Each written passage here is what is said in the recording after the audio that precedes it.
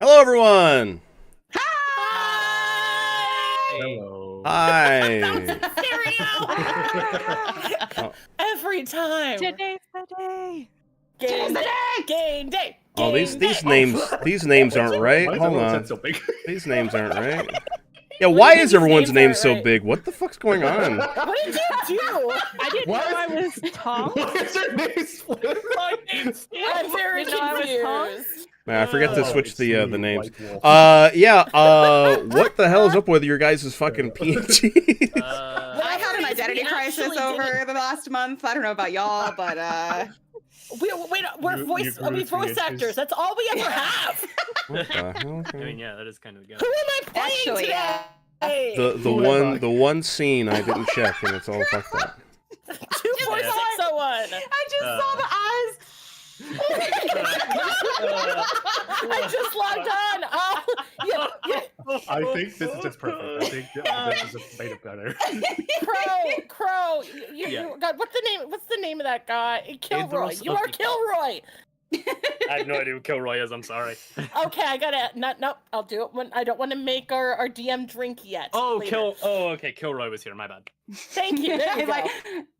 I appreciate your restraint because we're not even close to 45 minutes yet. Yeah, exactly. Last time I I know. drove into drink when I was here, it was because I explained something, so I'm trying not to explain things. There you See go. how long it I'm lasts. prepared. Yeah, I see you guys have cropped. Yeah, right. You guys said you cropped your fucking images. Nice. Yeah. Crow, Make you're them just sharper. ahead. That's why. There are That's your why. shoulders. See, the funny thing is I had already cropped you guys in my OBS. So I was cropping it again. And So you guys stretching it out. were uber cropped. Hello, everybody. There he is. There we go. There's the good There we doctor. go. I grabbed it. Good name. We'll figure that out later. All right, well, I'm sorry about that, gang. That's my bad. We got that figured out. Marvelous? No. That's just how it goes, I guess. Well, oh well. Beautiful. We're doing it live. We're doing it live. Literally. Welcome to episode 5 of Return of the Arclord. Today's episode is called. Excuse me, I'm dying. No dying yet. We need you for things. And this will be the final Excuse me, episode. I'm dying. Please don't kill me. The Campaign ended. Oh no. the title of today's session No. is "The Passages of Nex." Ooh. Spooky. The arteries. God, I'm clicking on everything and it's fucking everything up. Oh my gosh. Oh no. Help. That's okay. Fun fact: okay. there are 2 of your names on your name tag. 'cause Yeah, I that's saw how it that. moved. I saw that. I'm like, Don't worry about it. I don't know why Well, no, that's a thing. now it's got this cool 3D effect. So Yeah. Hopefully fix that. Oh man. I don't know why there's 2. That shouldn't be the case. It's okay. Well, that's fine. It's just a little behind the scenes for you guys. Everything is held up by scotch tape and string. just like the that's- early episodes of Doctor Who. Yeah. So why don't one of you guys tell me what happened on the last episode? Not 4.5, but episode 4. So I got hurt and then I stayed behind. Yes, Daphne and Arian stayed behind with Isaac while the rest of the party went to go find Utah, who was Guter's, the man who had sadly passed, his wife. And we followed some tracks thanks to Laverna's tracking. And after it got dark, we got the help of Jezebel to locate Utah in a sharp hole, as she said. We ran into some scorpions. Mhm. Laverna went down. Adros almost went down. Vitor took some hits, but Anne was the MVP of it all, or Ina, by just taking out the scorpions from afar. Some afar, I made it. some very close. Nice little nest.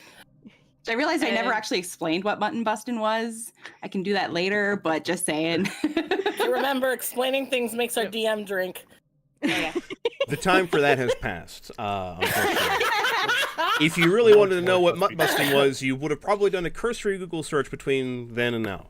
But we eventually made it back to camp where we witnessed the funerary rites that was performed by Isaac. Right. Then both Laverna and Ina had a moment with Isaac on the hill. And then we ended the night. And then we had episode 4.5, which, if you haven't seen it, you should. So good. Yep. It was very fun to do. These guys had a lot of angst they want to get out. They had a lot of angst they wanted to get out. Shocking everyone. Hey, I had no angst. Y'all haven't seen Under the Mask yet. Then there will be angst. Looking forward to it. I'm only using 1% of my angst. You sound like a Yu-Gi-Oh character. You fool! You fell into my angst card. It's over, Kaiba. I have the high ground. Wait, wrong. You've wrong activated my thing. angst card. With all 5 of these medications. Yeah. There was a lot of roleplay and a lot of dialogue going on between the characters, specifically Daphne and Isaac, Ina and Adros, and Ina and Isaac. So, if you And wanna... Ina and Daphne briefly, Yeah, where Ina and Daphne. learned Daphne's a little bit of a little shit. Yes. Right. Surprised that you didn't know that already, but okay. But yeah, you should definitely watch it if you have the time or you want to. Because we are now, whenever we start this session, we are going to catch up on what both Vider and Laverna was going through on that night, the night of episode 4.5. Let's see. Let's start this off. Vider. Yeah. You have now left Yuta, who is now silently mourning over Guter's grave. You offered as much solace to her as you could, even giving her a flower to help her have something to remember Guter by. Remember what it was? Yes, it was a black rose, because when I asked her if there was a flower that reminded me of her instead of reminded me of him, instead she said that in custom you would leave a black rose to the departed, and because we're in the waste and nothing grew, there was no flowers to give. So Vider from his hands grew 2 black roses, one to give to the departed and one to give to her. And the reason for that is, in his way of saying, is if each of them have one rose, they will always be together. It was definitely a very selfless thing to do, to sort of offer a grieving widow some kind of peace. And after Guter's funeral, you sort of wander about the outer perimeter of the camp. The camp is quite it's along the roads. It's not like in a circle. It's along the roads, so it's quite, I guess, wide. It's got a bit of a wide berth about it. Like oval, almost like rectangular. Yeah, it's all along the roads, where just like the caravans that kind of just stopped in place on the roads, and camps and tents and stuff like that have popped up around the carts for the night.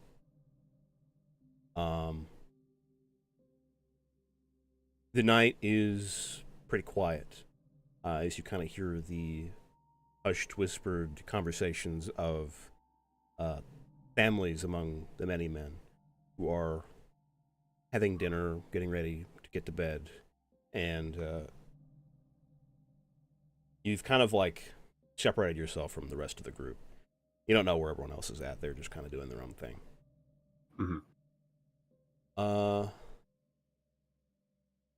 You kind of find a dune that sort of looks over a good chunk of the caravan and the camps. And on the other side, you look off into the wasteland that seems to go from horizon to horizon. What's going through Viter's mind after the events of the day? A lot of things are going through his mind of what has happened recently, what has happened in the last few days, that especially in a moment where he almost died from a rock. See, like normally Gorans, when they die, their bodies fill them, and then from their seed they grow new bodies. But for him, it was different. Like, he wasn't thinking of himself as he was afraid of death. He was afraid of what he is leaving behind at the time. His people, Briar. Just what would have happened if he didn't die in that moment? Who would be left behind to pick up the pieces? And just that kind of contemplating of like, not the consequences of death, but just that whole time when it's just like, what would have been left behind? Yeah, as you were kind of struggling with your mortality and what would happen if you were to suddenly be gone, what would happen after your passing or anything like that, you kind of like raise your hand up and you feel or on a human, a cheekbone above, right below your right eye. The now green wood that you've regrown, where your eye had been cracked by the stone of a sling. And you can feel that the wood is like a new growth and it's quite green, but you can tell that it is quite dense as it has been grown quickly. Mm-hmm. And you can tell that in a few days it will become kind of like how a sort of strange spurt of growth in wood will cause a knot to form in a trunk. A knot will be formed right here beneath your eye, almost like a reminder of the day. Almost like a scar when it comes to wounds healing. Mm-hmm. Mm-hmm.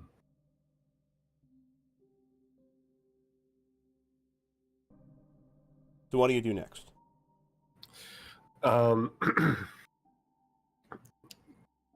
After pondering those thoughts in his mind, remembering what could have been, what has happened, and what is now, he decided that he didn't want his mind to spiral because he still had a job to do, that tomorrow they will still have to travel. And so he decided, instead of letting his mind spiral further, he decided to get rest for the night and proceed to go to his tent. And so he goes to his tent and he enters and he finds Briars there filling with some papers. I don't know if it's scraps or just maybe some political shit that he doesn't care about. Mm-hmm. Peter doesn't care about, but he's just walks in the tent. Yeah, as you come inside, Viter kind of neatly stacks a set of papers and kind of sets it even, and he lays it down. And as you come inside, he goes, "Ah, Viter, it's been a little bit since I last seen you. How have you been?" Viter just looked at him with a worn look, just like, "Tired. I'm gonna rest. Good night." And just proceeds to go over to his bed and lay down facing away Briar.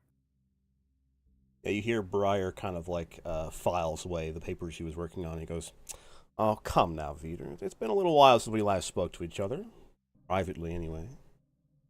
I want to hear what all that's happened to you in the advance party. I'm sure there's a lot of exciting things going on."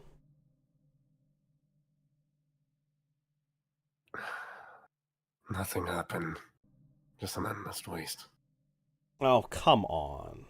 I'm sure something happened. I mean, I ran into Ina earlier, and I handed her some treats for Jezebel. I noticed she was still wearing that trinket you made her. Vito leans, tilts his head over, give him like the side eye look. Just staring at him like, the fuck you just say?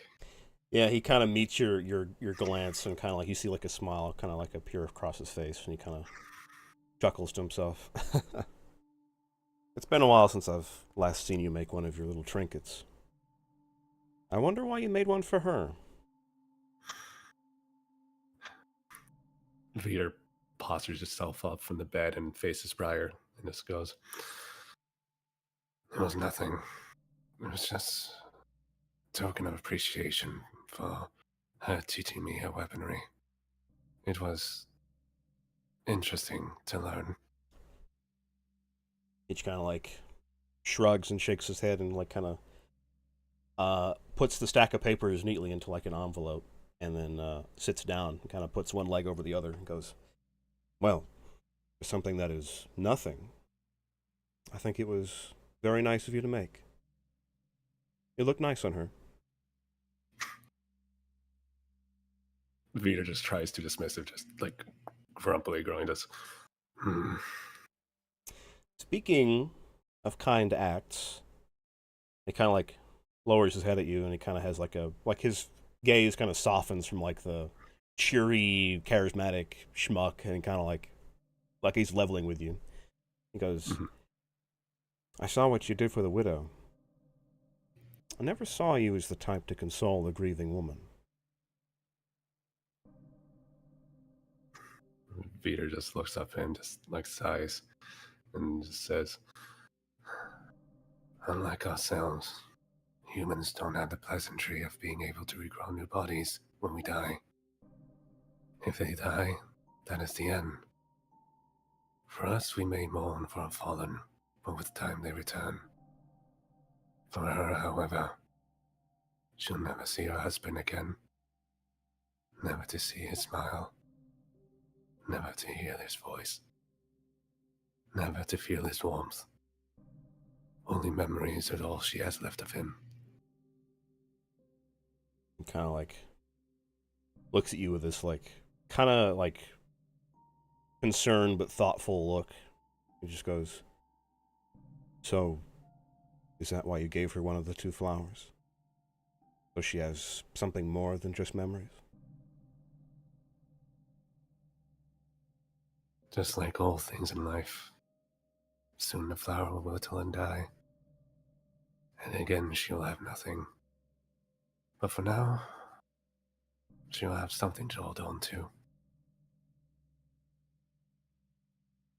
He kind of nods his head. "For a man that talks very little, your actions, I think, speak for you."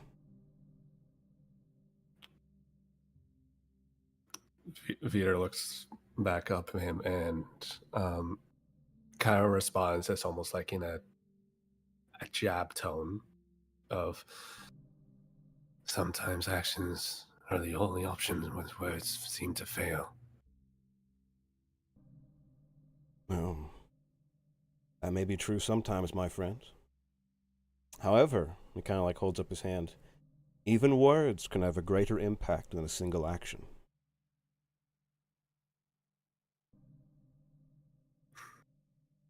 Vito just sighs and just goes, "You still believe that this political shit will help our people?" When you say that, his like, because he had like his leg crossed over his other, he kind of like brings it back down, both feet on the ground, and kind of like leans forward.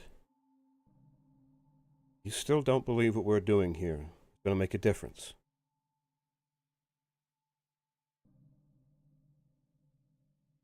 Vito responds like a more reserved tone, like instead of feeling a curly when he was telling me, he's coming back more, slightly more aggression, like, "Oh, we're having a conversation." It's,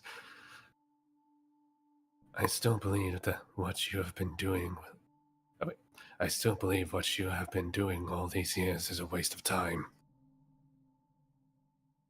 Veter gets kind of like an indignant look on his face.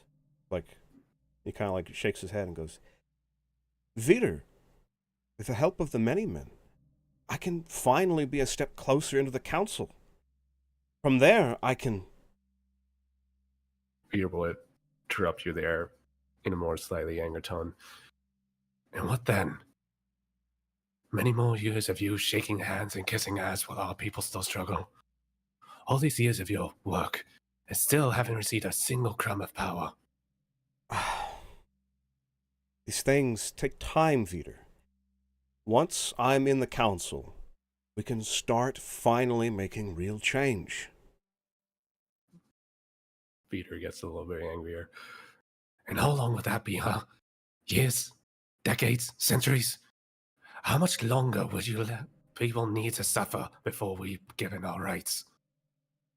He kind of like holds his hands up like he's trying to settle you down, because you're like, this is probably not the first time you guys have gotten in an argument like this before. And he's like he can see what's going to happen. And he kind of holds his hand out and goes, our time will come one day, Vider. We just need to be patient. Patience. Our time is long overdue. We earned our rights as sentient beings. We've earned our place in this world the same as everyone else. Why do we need to beg to be treated as equals? Vider, you are not understanding the bigger picture. I don't understand. I understand plenty how much our people have suffered.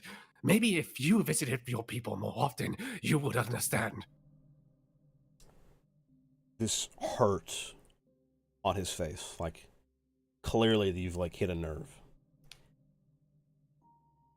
Vider, that's not fair. You know I was away to speak on behalf of our people. If I didn't speak for us, then who will? Vider slows down his tone. That's right. You left. You left us. And who had to stay to make sure our people were safe? My work in politics will help secure our people's place in society. Can't you see that? Tell me, did your work find shelter for our people? Did your influence protect our people from the dangers of the waste? Did your words stop the hunting parties from coming after us? At this point, he stands up, a lot more animated, and he starts pacing the room, and he kind of puts his hand up to his face. Vider, that's not... No, they did not. I had to lead our people. I had to protect our people. I am the only one fighting for our survival. I almost died the other day fighting just for your stupid dreams. He stops dead in his tracks. Hand comes away from his face when he looks over to you. What? I almost died for your stupid chance to play politician. It's funny. When I felt my body go limp and the world become dark, I didn't feel fear of my death. No. I felt dread. Dread that I was leaving the fate of our people in your hands. He's silent for like a long moment. Vider, I didn't know. I'm sorry. But you would have come back. You would have grown a new body.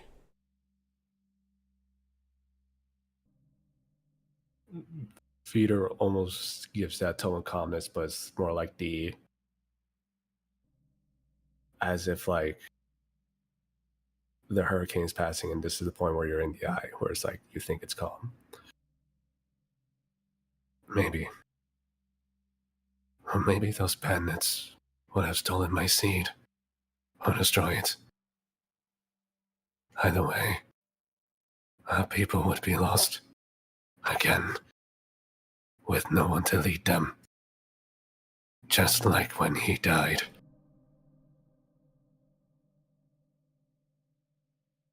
Briar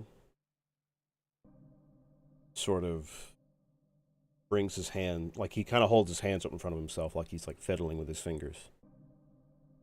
Like he's struggling with a thought, a memory from long past.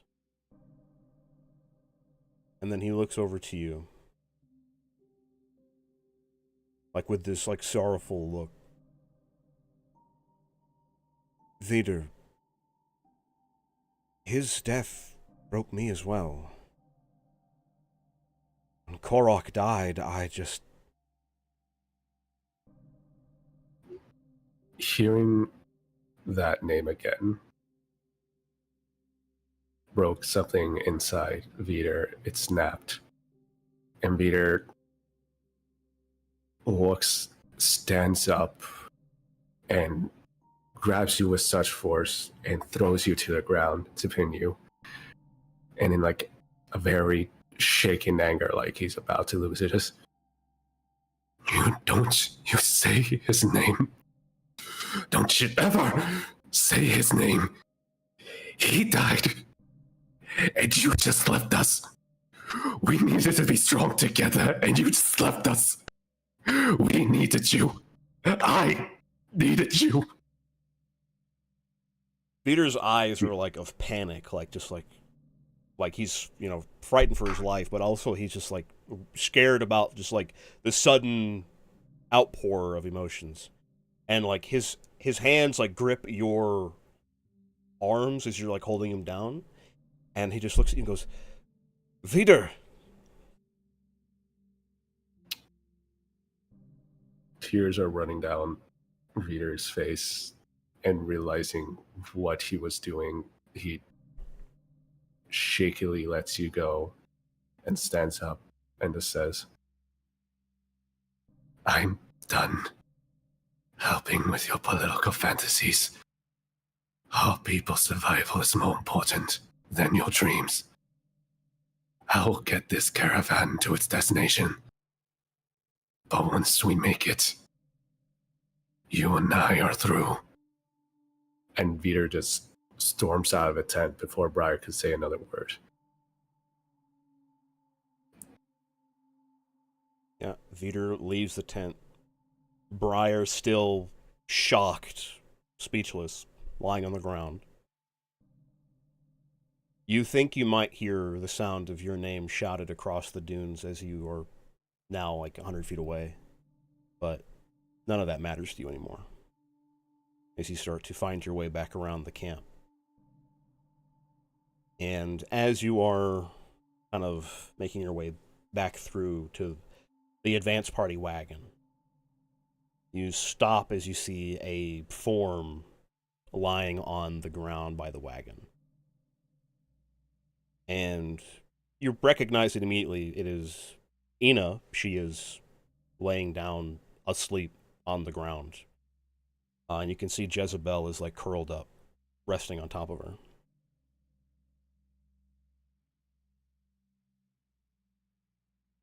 I look over to see Ina just resting outside, and it kind of break me from my thoughts. Just like, what she, like, just thought to himself, like, what's she doing out here?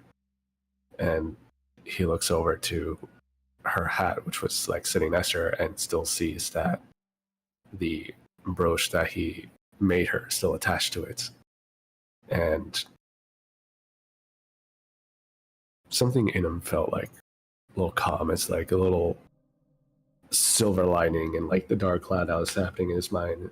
And he feels himself a small smile like creep on him.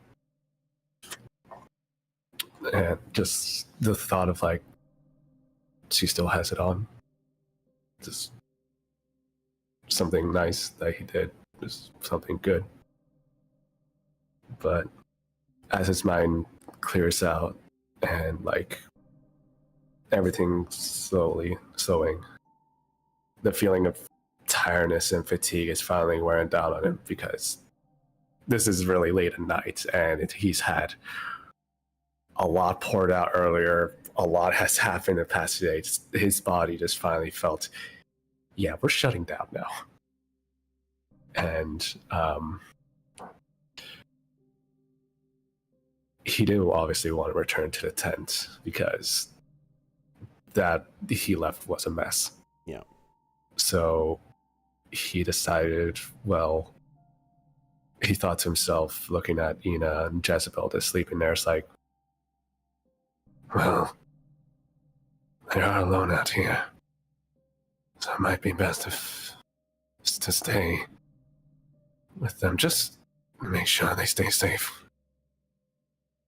And so Veer walks next to the wagon, like positioning wise, Ina's are curled up next to the wagon, close to like where the wheel is. So Veer places himself laying back on the wheel, almost like a resting, sitting up position almost. Mm-hmm. And as he's about to, completely go to sleep, he looks at Ina one last time and realizing that she's not that well covered, and then thought and seeing that, well, this is the open desert during night times, you think, oh, it gets cold, it gets windy, the elements. And so he thought to himself, is, well, shouldn't leave it like this. Wouldn't want her catching a fever from these cold winds. And so Veer takes off his hood and untangles it to make a flat fabric sheet, and then covers Ina and Jezebel with it. And he places it down. He lays back on the wheel. Looks, and before he tries to sleep, he looks at Ina one last time and says to himself, I did good. I did something right. And then Veer closes his eyes and drifts off to sleep as his body finally just says, okay, we're done. Rest now. You find some peace of mind out here in the wasteland. You fall asleep. And not too far away from where Veer and Ina and Jezebel are sleeping out in the open, there is Adro sleeping in the cart, and Laverna curled up next to her riding drake. Branna. Laverna, you are resting, and you can sort of feel like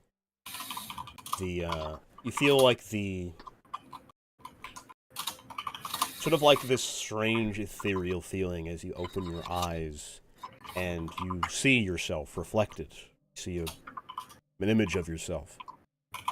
And it's a reflection of yourself in your sister's eyes as she stands over you, staring at you as you sit up in your bunk in the tent of the Azkadaki catfolk. And you hear her say, Vera, it's time. You need to get on the road for the heat of the day. I know, Laura. I wish you could go with me. And as she sits up, she scoots over to her sister to check her wraps and notice that they're coming a little loose. After all, I want to make sure these wounds heal. Are you sure I just can't heal you? Vera. She kind of like a sister does, gets like embarrassed by like how thoughtful and caring, like, someone in her family is, like, just like how you get like embarrassed when like your mom kind of dotes on you or something like that. Goes, I did something foolish. I need to pay for my foolish act. Laura, you were hurt by a beast yesterday. If it wasn't for Father, you wouldn't have been here. Which is why I want these wounds to heal and scar. I want to remember my mistakes. Please, let me. She kind of looks up with you, and you kind of remark the calico pattern on her a pattern that is fairly common in your family. Mm. And she just kind of looks up at you with this look, and sighs. Laverna kind of sits back and rests her head against her sister's. Just something they've always done since they were little.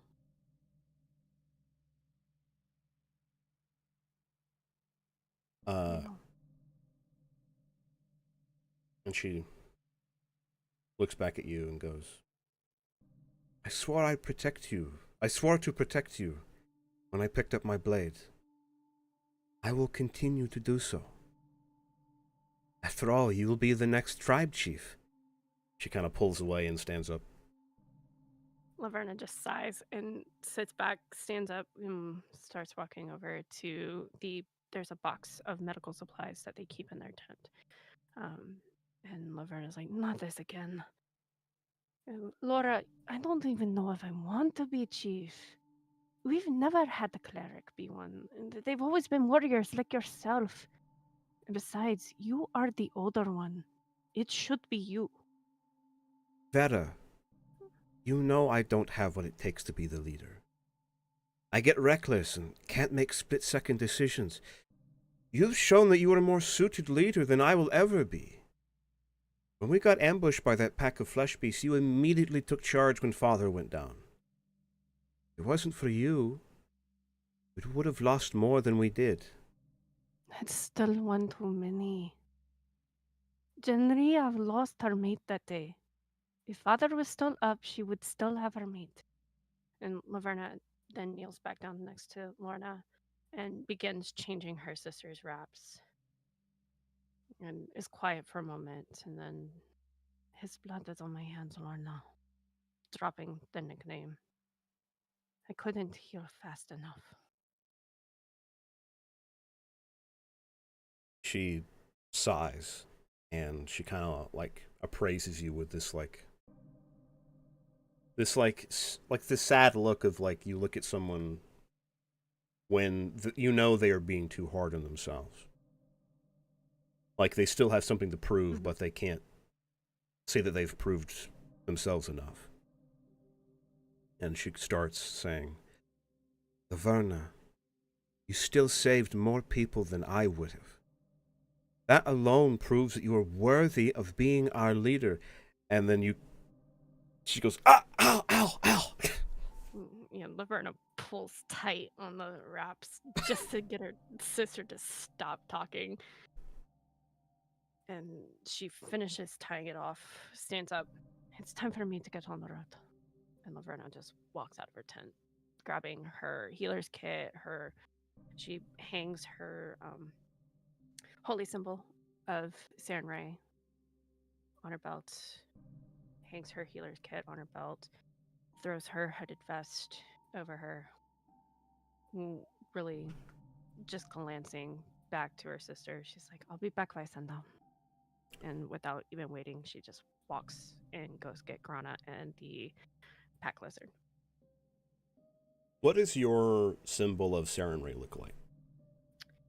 It is a wooden carved symbol that has been painted a very light yellow because gold paint is expensive and they can make yellow paint more easily on the road. And there's also white paint as well on it. And it's just a painted wood carving of almost like an angelic woman with wings going up, flared up, almost touching above her head. And the loop, there's a little bit of a loop between the two wings that she has it hanging from. As you are kind of looking over Grana to make sure everything is set up, you hear the sounds of footsteps quickly approaching you as you see your sister storming out of the tent after you. Vera, please.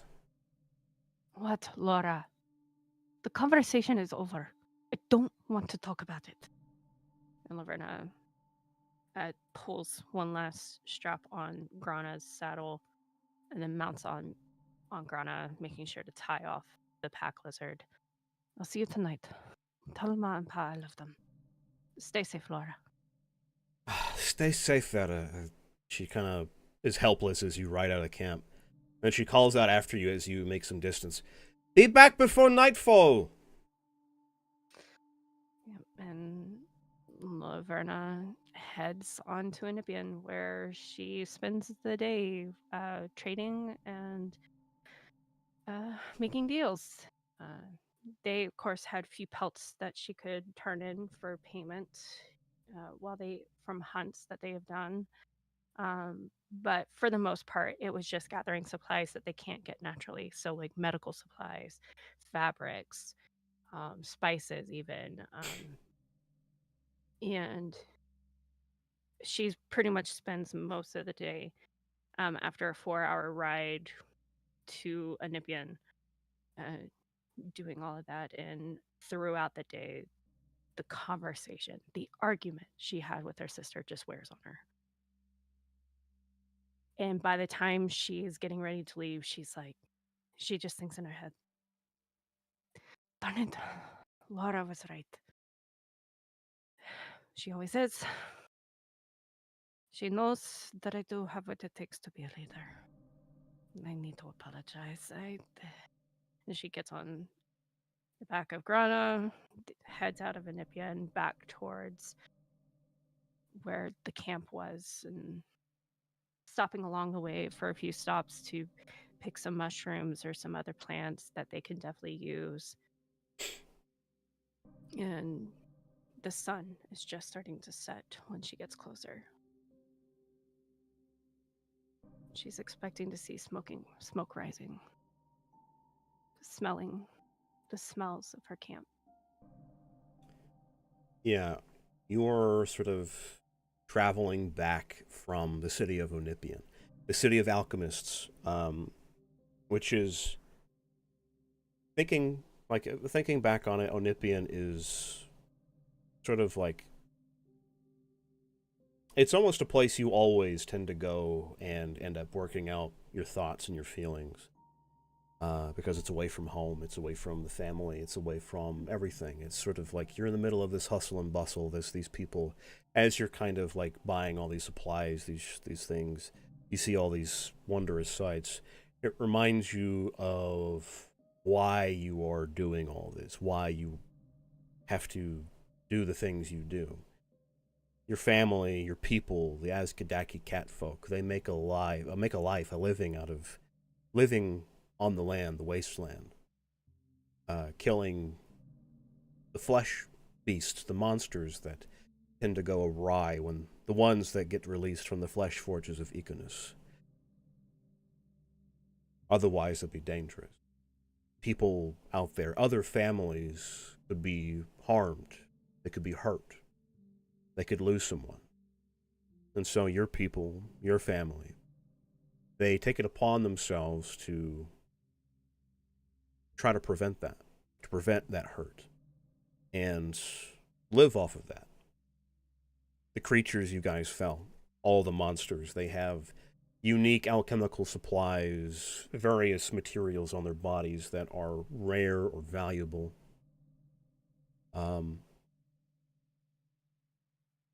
And you just start to think of all of like the things as you're like buying. You start thinking, well, this would be nice for so and so. This would be great for my uncle. This would be great for my sister. And all of this kind of thoughts helps you kind of work everything out. How important your family is. And as you are kind of riding back, the sun is now kissing the horizon. The sky is these various shades of blues, reds, and purples in a gradient as the sun blazes away, as it reaches below the horizon line. And as you look over the hills where your camp was at, you do see smoke, but only one plume of it. Not the many that you're used to. but the smoke smells strange. It does not smell familiar. And what's worse is the sound, or the lack of it. All you can hear is the night wind beginning to howl across the wasteland. No children playing just before nightfall. No people talking, no conversation. No smells of dinner being cooked. Not the familiar smoke rising over the hills. There was nothing. Nothing of the sort.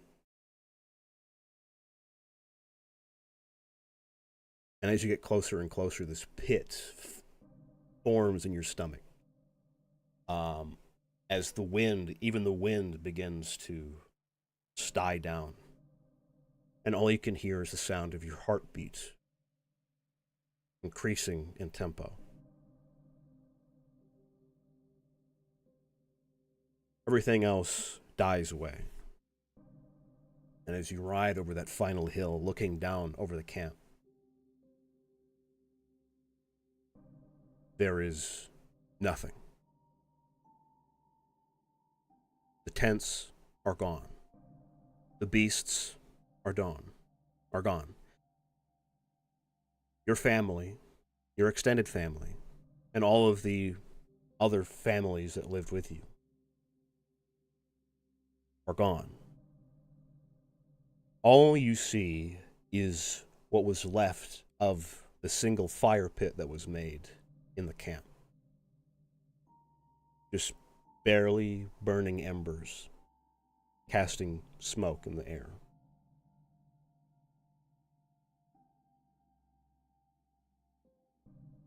Laverna kicks Grana to make her go faster. Did they leave? What happened? Were they attacked? There's a rule in our camp that if they have to leave in a rush, somebody is supposed to meet her where she's at. And no one came. As she grows closer, Laverna hops off Grana just to start searching herself, using everything she learned as a tracker to look at the tracks of the camp. She starts where she knows for a fact that hers and her sister's tent was.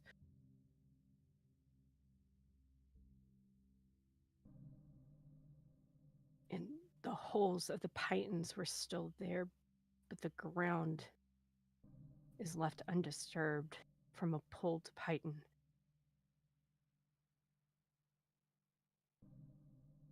And she continues to track, and not a single footprint was out of place.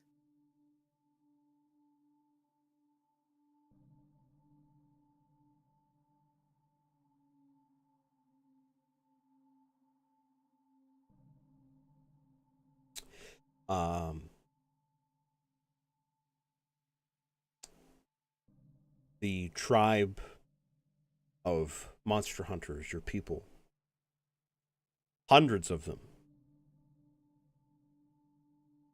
are gone.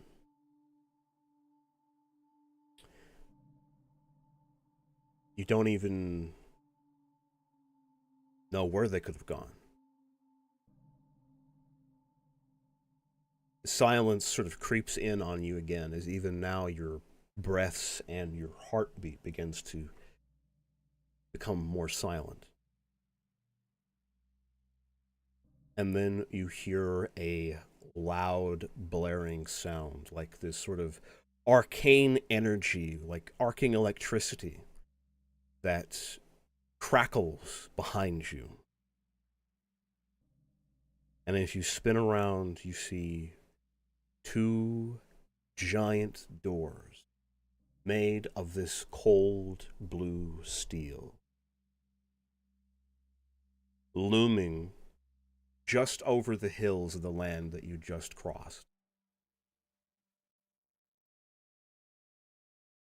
They're massive, gigantic, so much so that they feel like they're closer than they are.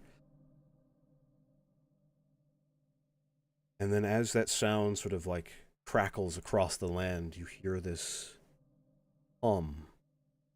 this sort of like this consistent magical noise.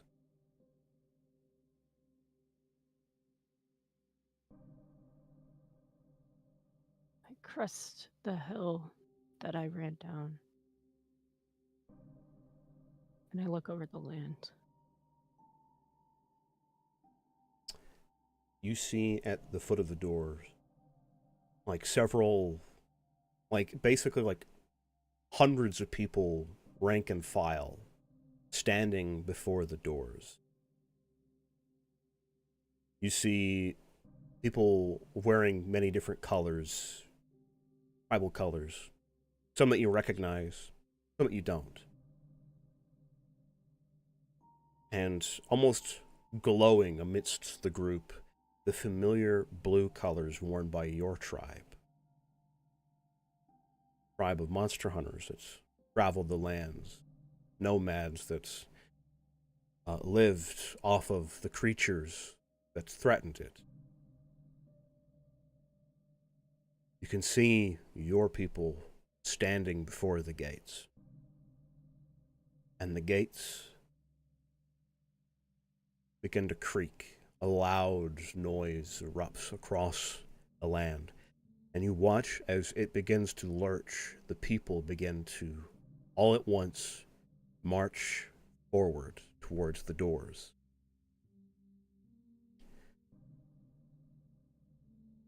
She goes to call out, "Mother, father, sister," but her words make no sound. Laverna will try to start running. Even though they're massive, the doors seem to get further and further away. She needs to stop them. She has to try with all of her might to stop them.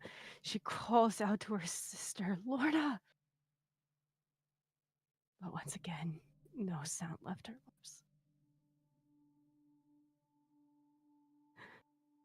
Despite that, you watch as tears pour from your eyes. You see your family, your mother, your father, your sister, your uncle, your various cousins. They turn to look at you. Laverna smiles. Maybe somehow they heard her. To your horror, you see, as they turn, their faces are gone. There is still the identifiable pattern of calico colors on their fur, but their eyes, their nose, their mouth, nothing. Like a blank mask placed across their face.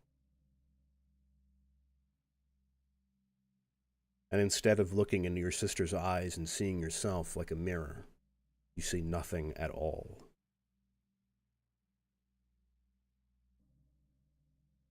Laverna just screams. They turn away from you and head towards the doors as they begin to creak open. And your family are the last ones inside the doors as they begin to swing closed again.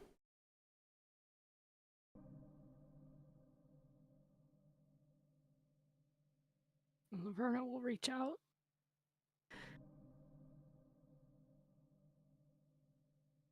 Into nothingness but the sky.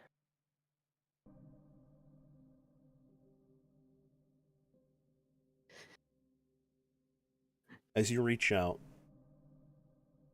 you realize you are reaching out towards a sky that seems much more familiar to you.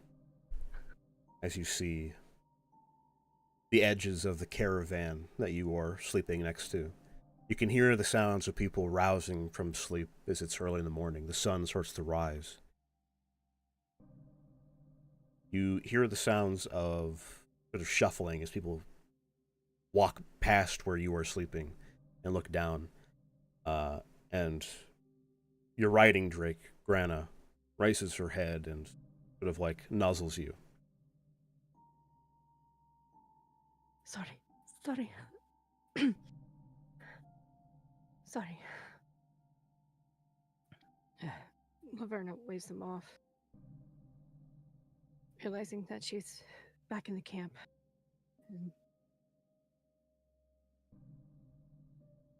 No, she realizes it was a nightmare. The feelings are so raw.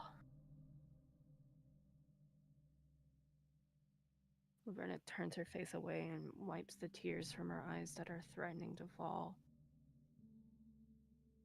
And she gets up, and she knows she needs to go find a chimeric companion and her mysterious familiar. All right, now, how's everyone else doing? How are we feeling? Doing pretty great. That was Open up my chest. It's a great time over here, man. Just a party. Yeah. That basically sums it up. Yep. I'm totally fine, guys, right? Totally. No, We're you're all emotionally fine. compromised. It's fine. We're all Nothing is fine wrong. on this angst. We're all fine here. How are you? Jazz hands, baby. 5 traumatized militants walking through a desert. Jazz hands. I'm doing Joke great. isn't very funny. I feel good right now. I feel real good.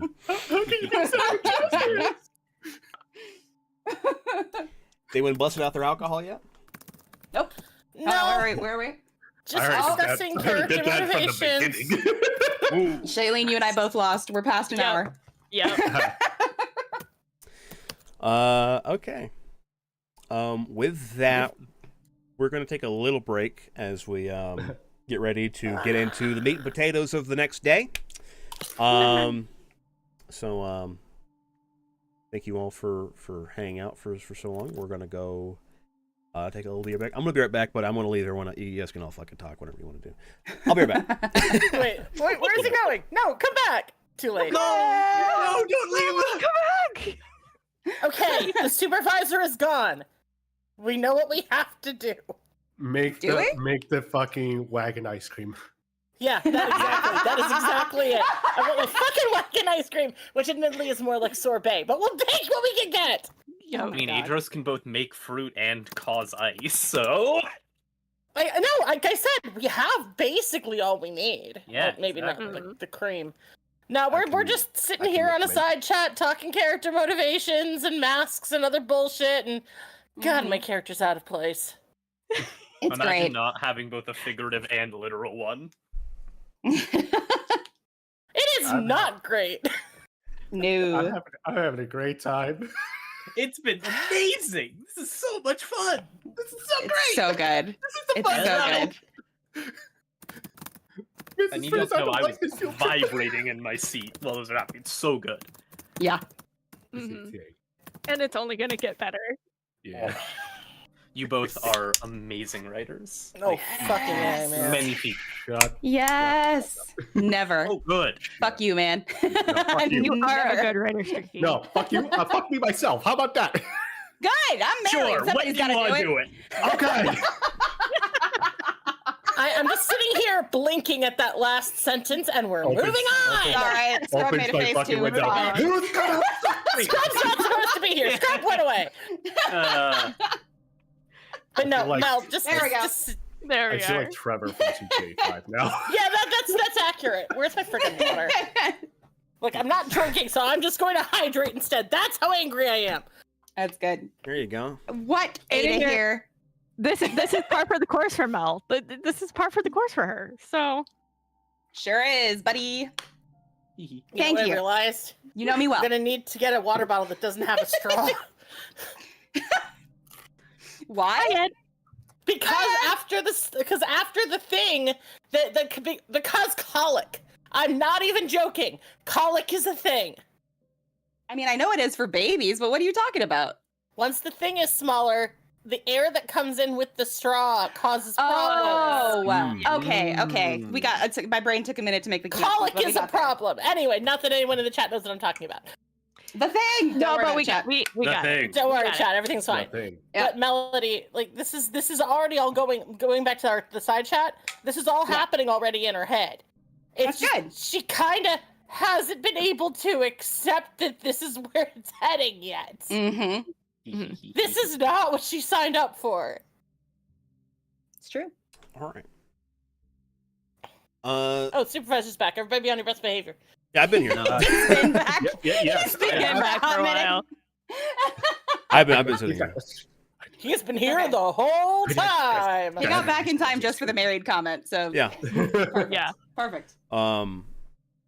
Okay, we're going to step back into the game. We're going to start with Ina, who awakes from her sleep. Let me make sure. I need to double check something real quick. My other scene is all fucked up too. Or if I need to change it. Dun, dun, dun, dun. Yes, it is. Oh man. Oh Jesus Christ! I gotta fix this. Oh no. Oh no. Doing good, buddy. Oh no. We changed our PNGs and it's poor Scrubbo. Yeah. Earlier, Because if you had been here at the beginning, suffering. Crow was just ahead.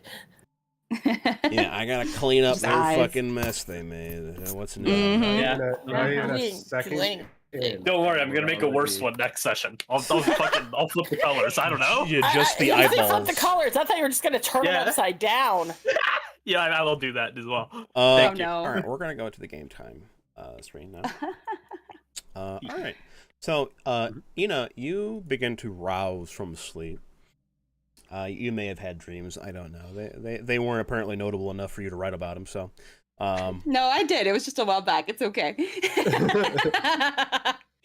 well, I'm going to act like I didn't hear that. So, That's totally fine. To be fair, they may not be canon based on what we talked about, so it's all good. oh, that thing. Oh yeah, no. yeah, yeah. Okay, so you wake up and you feel like this weight on your hip as you wake up. You're kind of lying on your side, and you wake up and you find yourself firstly you find yourself like kind of covered up, like someone has like come by and put like a covering on you, and you can see Jezebel is laying on your hip as you're kind of like lying on your side,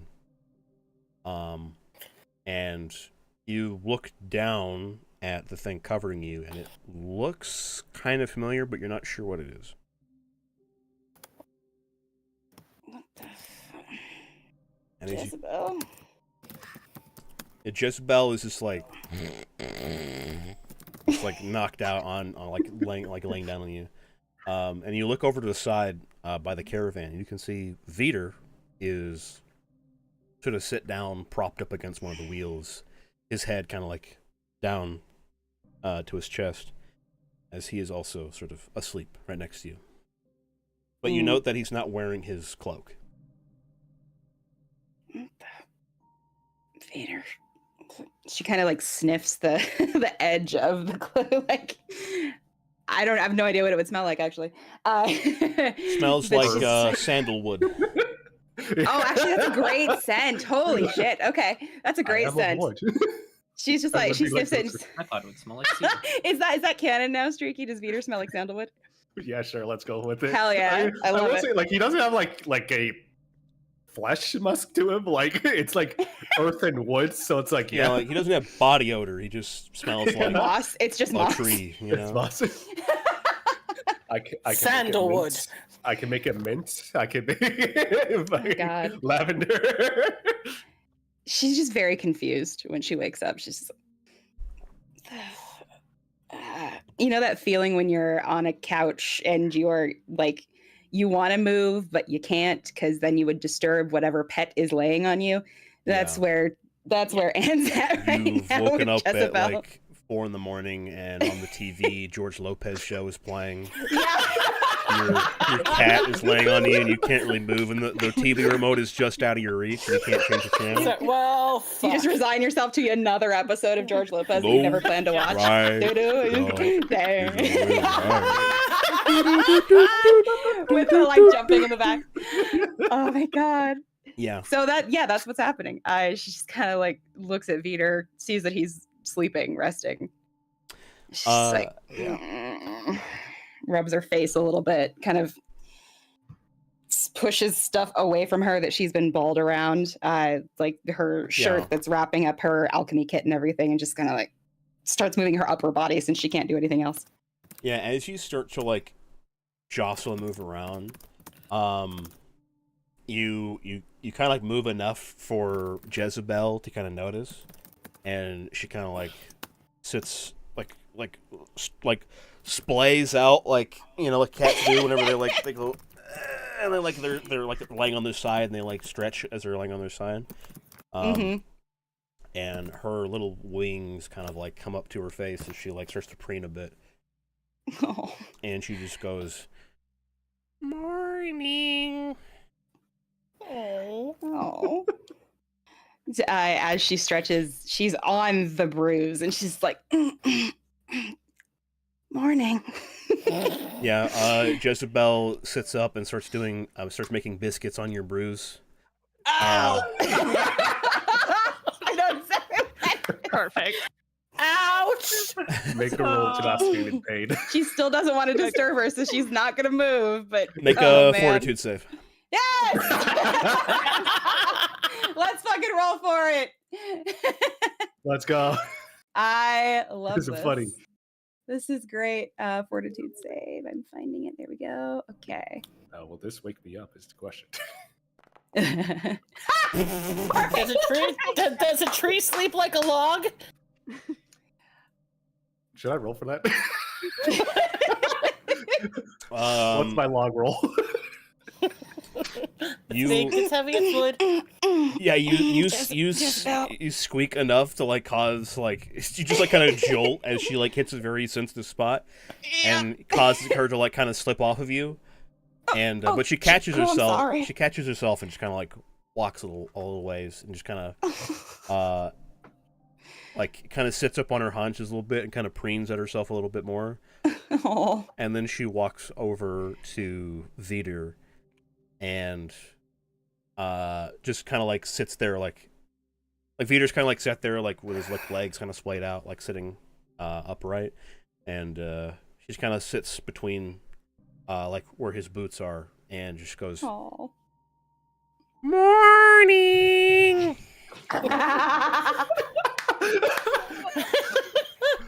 Like, is she and like, just pulls his cloak over her head, like over her face. It's like, oh. Remind me, was she part rooster? No crow. Crow. Part crow. Part We girl. don't know that. I mean, Part you rooster do. now! Jezebel, how do you do this every morning? Jezebel just sort of clambers up into Vader's lap and starts like rooting through his pockets for something shiny or something to eat. Jezebel, don't do it. Vader, you feel this kind of like this weight, like something is like poking, or like you feel like something like shifting your clothes on your body.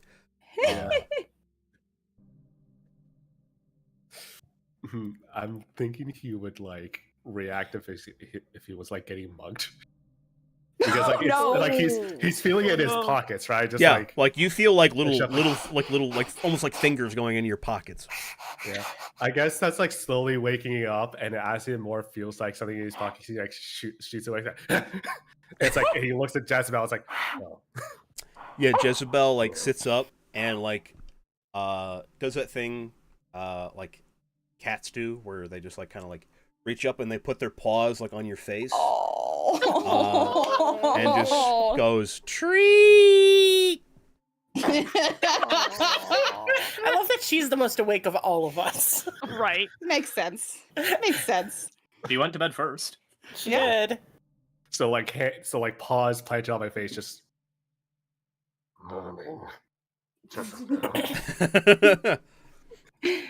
She's getting you too, huh, Vader? Just kind of like pulls like her just one over her eye back. He like leads his head to see, Well, I see she got to you first. She sure did. You did too. Thank you for this, but when the hell did you get here? Late at night, you were sleeping and, well, didn't want you exposed to the elements, so I gave you my hood. It's very kind of you. Thank you. She'll kind of like start to rouse and sit up. And if she's on her left side, that's going to be stiff, so she has to like wiggle onto her right and just, if you've ever hit your leg really hard, Ow. you know, it's like it's a little bit of a knot there that you're just always going to feel. And she's just doing her damnedest to hide it, but with that fort save isn't doing the best job. Yeah. Can I roll deception? It's already Go over for for it. you. It's already over for you. It's all over. It's already All over. over, man. That was your deception roll. Yep, That perfect. night. Perfect. Veeder. Jezebel is part spider monkey, right? Yes. That's her hand. Yes. Right about this time, Jezebel like starts like bouncing on your chest with her paws on your hand, on her face, like a monkey, like treat.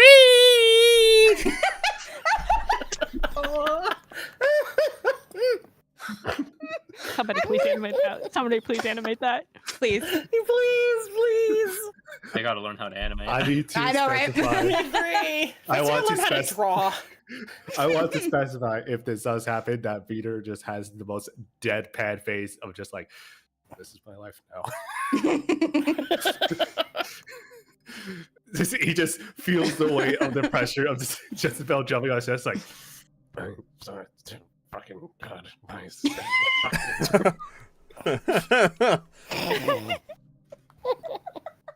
So she just continually just kept bouncing. Like asking for she something stops or- after like a few jumps, and then she kind of like tilts her head like she hears something, and then she clambers off you and starts crawling up into the cart. This is right when you start to stir, Adros. And as you start to like kind of stir, you kind of feel like you're becoming conscious again. You feel a very familiar feeling of Jezebel kind of crawling up to you and nuzzling you as you kind of wake up. Oh, good morning, Isabel. Morning. Azalea, get up, fiddle around, grab his glasses, put those on, and head out. He's a morning person. Well, that makes one of you guys, Slipped in. or two of you guys. Y'all get morning, I get tree. What kind of bullshit? What approximate time is it, Scrub? Like It's like 7, 8 a.m.? crack of dawn. Okay. The It's sun like is just coming up. 5-ish. Yeah, like 5 or 6. Oh, You just had like 3 hours of sleep. That's it. Yeah. As he'll sort of like push his head up from the tent. You know, oh, good morning, you two. Good morning. Morning. Wait. May I ask why you both are here? Shouldn't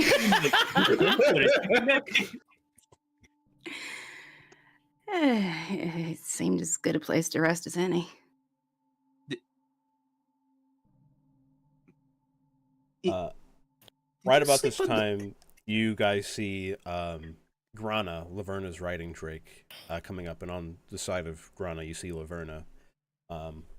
Laverna's kind of like hanging her head down as she kind of approaches you guys. Ina starts to undo her like the knots and stuff in the shirt and like kind of hustle to put her shirt back on since suddenly it's a fucking community affair over here. Gotta purge yourself. Yeah. Good morning, Miss Sparklepaw. Andros, please. Miss Sparklepaws was my mother. Laverna is fine. Really? Andros, can I ask you something?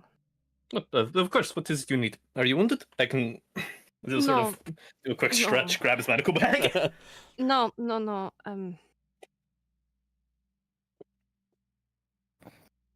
She hesitates because on the walk over, she realizes that out of everybody in their little party, there's one person that she was not very leader-like too. And she knows she needs to apologize to him. And is trying to figure out how, and she's all of a sudden nervous. Which Laverna does not get nervous. It's one of the traits about herself that she appreciates. And go ahead. Before you start this, off in a smaller tent nearby, Daphne, you begin to stir as you hear the sounds of someone busily moving around the tent inside. And as you kind of wake up, you see there is a set of clean clothes ready for you laid out next to you. There is a plate of like bread and cheese and some like a glass of water. As you see, Anarian is sort of like busily moving around the tent, sort of like getting things ready in the morning. And as you begin to stir, he kind of turns and looks at you and kind of gives you a bow and goes, "Good morning, Miss Daphne." Good morning, Anarian. Have you seen my journal anywhere? Yes, I believe I saw it somewhere. Yes, it is with your personal effects by over here. And he kind of like reaches over. You see, like you have like your jacket and stuff like that, sort of like piled up next to your head. And he reaches down and pulls a small leather-bound book out of your jacket pocket, and he slides it over there too. There you are, my lady. Thank you. We need to actually get to work. I concur. She's going to be in the tent for a little while longer. She's got a bunch of shit she needs to write down. She'll come out after about 20 minutes. Sorry, I don't mean to sound like I'm pulling aside. As you are writing stuff down, Anarian kind of like leans over. He's not looking at what you're writing, obviously, but he's like kind of leaning over and goes, "Is there anything you wish me to do this morning?" Please let Isaac know that I need to talk to him. I think it's time that the gloves come off. As you wish. I will attempt to arrange a private meeting with Sir Isaac. Thank you. And he heads off.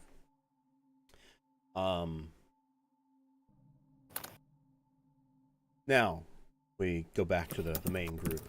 Laverna, you are struggling to say something. Yes. She quickly looks around. Is it possible, Idris, that I give Jezebel a little bit of a treat? She helped us last night, and I forgot to thank her. Oh, believe me, I could not stop you if you tried. Jezebel leaps off your shoulder, Adros, and like runs up to fucking, like glides over to Laverna and goes, "Treat!" That's what I mean. Laverna will hold out her arm for Jezebel to land on and pull out some dried fruit and hand it to her.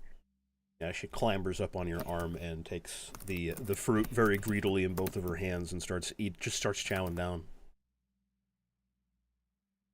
And Idris, for the first time that you've seen Laverna, she actually smiles.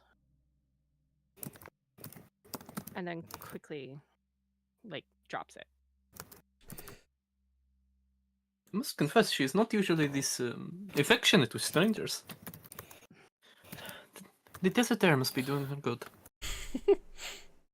That or she recognizes friendly people when they are around. Oh, that is right. She's a magnificent creature. Oh, isn't she? It felt like just yesterday I was crafting her. How long ago did you craft her? You see, it's sort of like the best way to describe it is like tilt his head slightly to the right, like thinking for a moment. Well, do you... when she was finished or when I started? Finished, I guess. About 4 years. In the middle of eating, Jezebel holds up her hand, like as if she's trying to hold up 4 fingers, and goes, "I'm 4." Oh my gosh. Yes, you are. She can count to 27. That's impressive. That's oddly specific. Ina's gonna slowly get up and she'll just kind of mutter, clearly not liking to ask the question, but she just says, "Can I get some help to get these blankets off? I need to get them back to the people that Oh, of course. let me borrow them." Thank you again. As Adros will use telekinetic hand to start undoing some of the higher knots and such. Being a lazy asshole using magic. Hell yeah. Laverna will slip Jezebel another piece of dried fruit. Mm. Vita will help as well get the blankets. Thank you. And she starts folding them nicely. She's going to take them back to before the caravan gets moving and she can't find these people anymore. She's gonna. Yeah, exactly. Let's go ask 1,000 people, "Hey, did you give me a blanket last night?" Somewhere in the distance, Daphne is very glad that she held on to her blanket last night. She asked everybody for permission. She did not go steal these blankets like she was robbing a Bed Bath & Beyond. Stealing, borrowing. She might not have. Yeah. But did you ask Vita if he did? Vita got there long after. It's fine. Yeah, I got there. And I just found a tent that was just covered in blankets. Like, the fuck? Yeah. You guys take some time and kind of like redistribute the blankets to their rightful owners. Thankfully, with Adros' help, Adros is a lot more familiar with the people here and can kind of help you with that. Let's see. Ina's doing her damnedest to walk normally. Yeah, you are trying to put on a tough face. Go ahead, Crow. I was gonna ask, can Adros see through that with the fact that he's a medical professional? You don't even have to try. I'd say you don't have to try. You're like good doctor. This shit, I can see the fucking fades. Mm-hmm. I'll say for you can clearly tell that, for one, Ina still has some kind of like bruise, or like she's like favoring one of her sides, her right side, I think. Or maybe it's her left. I don't remember. One of her sides. You can see that every once in a while, you notice like Vitor kind of like raises his hand up and like reaches the spot where his eye was injured, as if he's like feeling it, like kind of like refamiliarizing himself with it. And you can also know that Laverna is also very clearly some kind of like winded from the night prior. And you guys don't have to worry. You guys can set your guys selves back up to full HP. Because you guys, if you wanted to, you could spend a memorable amount of time trying to roll healing checks. I'm not going to force you guys to do it that. would only take a couple hours. Adros can't fail. Yeah, so you guys heal yourself back to full. We're going to skip that kind of minutia. I have the feeling that during the blanket shenanigans, that's when Daphne finally comes out of her tent and just kind of looks at what's going on and just kind of shakes her head. Yeah, you kind of shake your head, but before you can even like interact with that Daphne, you see Anarian approaching you from your side. He kind of like approaches and gives you a slight bow. Sir Isaac would like to see you. How very convenient. Well, we shouldn't keep him waiting. And she'll walk with him over to Isaac's tent. You approach Isaac's tent. It looks much like what it was in the previous encampment when you guys first arrived. It's a little bit larger than the normal camps, but once you get inside, you see there is all kinds of like books and furniture and stuff piled up, like set up in here, carrying documents and things like that. And Anarian walks you to like the entrance of the tent and then leaves you to go inside yourself. And as you enter, you see Isaac standing at his desk, sort of leaned over, looking at some papers and a map. And behind him, sort of standing a distance away, you see Briar. As you enter, Briar has a uncharacteristically serious look on his face. I'd say good morning, but it appears that this isn't a particularly good morning for either of you. Isaac kind of turns turns towards you and goes, "Good morning, Miss Daphne." And he kind of stands and turns to face both you and Briar. "No, it is merely the talk of business that has got us in a serious mood." And Briar kind of nods. "Your servant informed me that you'd like to speak with me." Yes. And he kind of gestures to Briar and goes, "I hope you do not mind if Mr. Briar is here to be a part of this discussion. I feel he will have some important insight." Truth be told, I'm rather glad that he's here. I think it'll mean that things get done quicker. And she's dropped, like, compared to yesterday when you guys were having the conversation, she's dropped, whatever pretense of, charming, flirtatious, getting information that way. It's all business right now. Mm-hmm.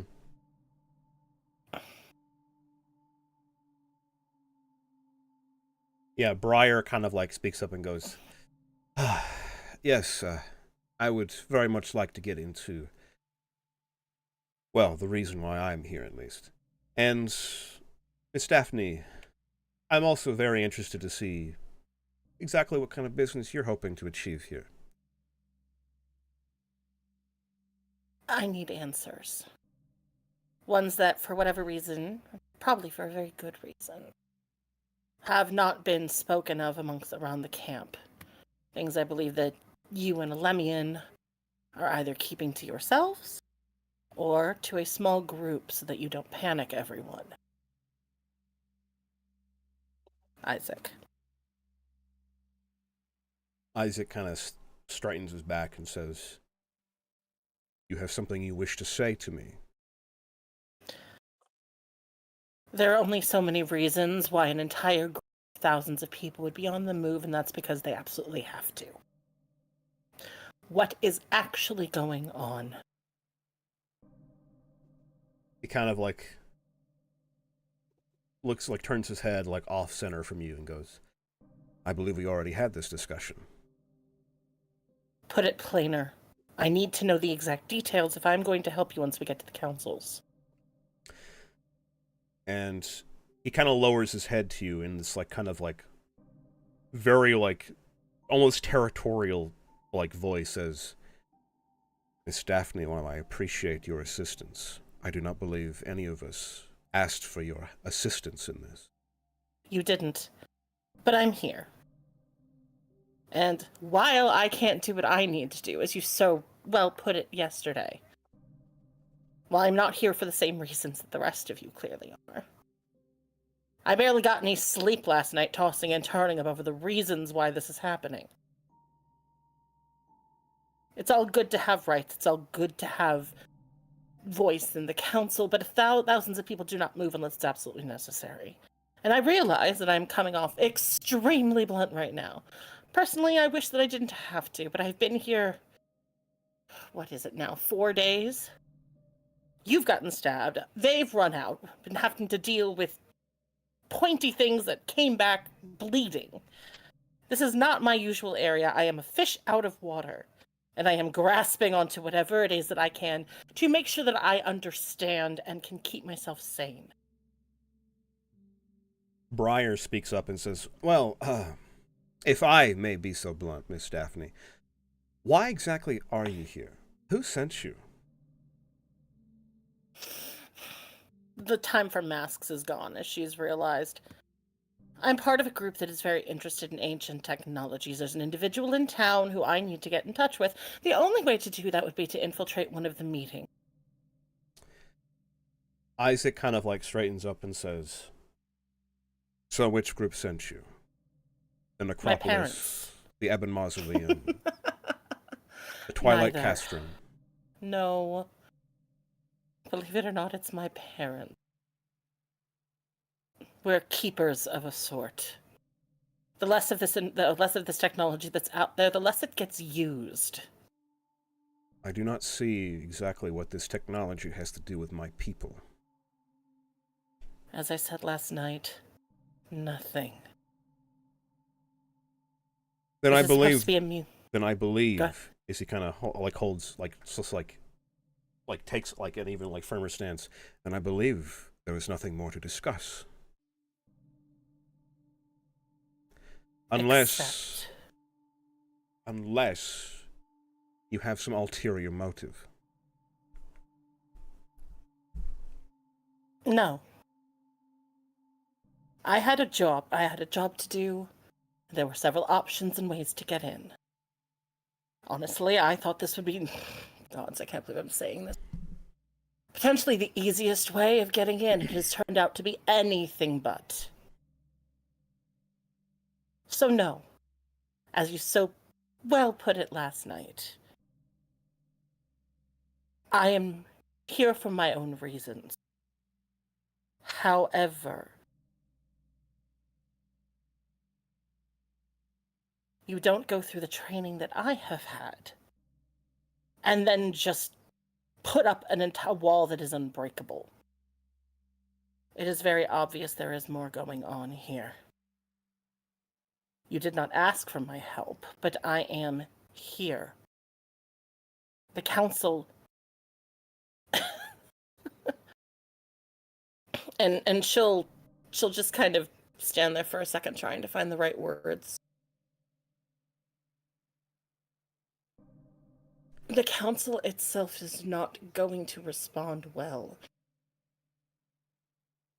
Unless there is some sort of a pathway through.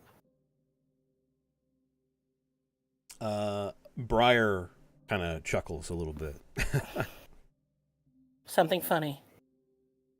Well, not particularly. Well, I suppose it's funny if perhaps you're expecting us to believe that you are helping these people out of the goodness of your heart.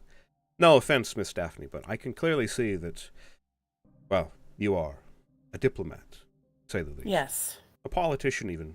I don't even know what exactly you are or where you're from. Maybe you're from some institute, university, or something. Yes, But- actually. Well done. Well spotted. Ah, well. I could tell you one thing, ma'am, is that whatever interests your university has, it does not eclipse the interests that me and Isaac have for our people. His, of course, being the many men and mine being the Gorn. So I'm confused exactly what kind of stance you're making here. I'm very obviously not being clear, so I will be blunt. Or more blunt. Nothing that I have been sent here to do, and by here I mean there, and she'll point in the direction that they're going, or will be going, seems important now. This was supposed to be an easier way in, and it isn't, and I cannot turn my back on the fact that this, and she points to basically the three of them, is happening. So, after yesterday's conversation, it was very obvious that you didn't know why I was here. I have put my cards on the table. It's time to get to work. For me. Isaac shakes his head, and he goes, Miss Haylith, while I can appreciate your passion, it is quite clear that you are being obtuse. You keep claiming that you have decided and told us why you are here, but you have not. Why are you here amongst my people, amongst the wasteland? A parlor room with fine whiskies and wine, I believe, is more suited.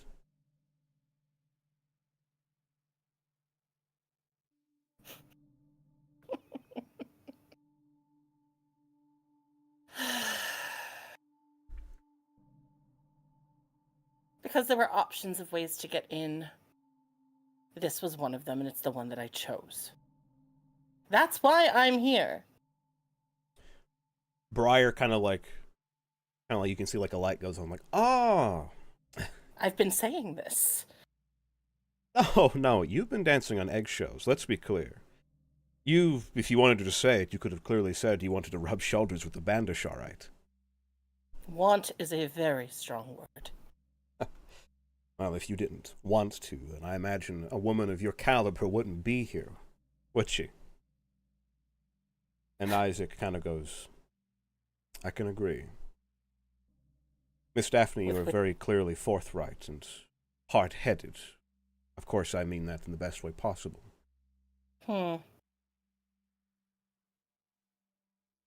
But as far as the details of why we are heading to Quantium, I have told you what I can. It is not mine to say. There's only one person who can. Then can I speak with him? And at that moment, she just looks... The wind has kind of gone out of her sails. She doesn't have anything else to lay out. She has been trying, keyword is trying, to be as open as possible, and has still been dancing on eggshells because that's what she's been taught to do. Yeah, Isaac kind of starts speaking, goes, Miss Daphne, I'm afraid that And as he kind of starts to speak, he trails off a bit, and he kind of looks towards the entrance of the tent. And Daphne, there's like a shadow that kind of falls on the entryway. And you turn and see there is someone standing in the doorway of the tent. A huge man with 2 heads, I should say. Real quick, actually, 1 second. I can describe this correctly.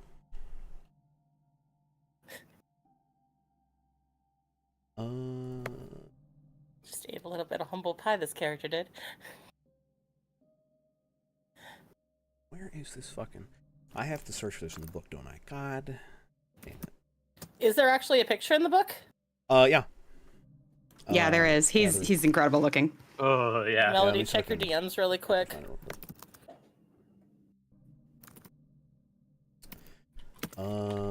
Yes.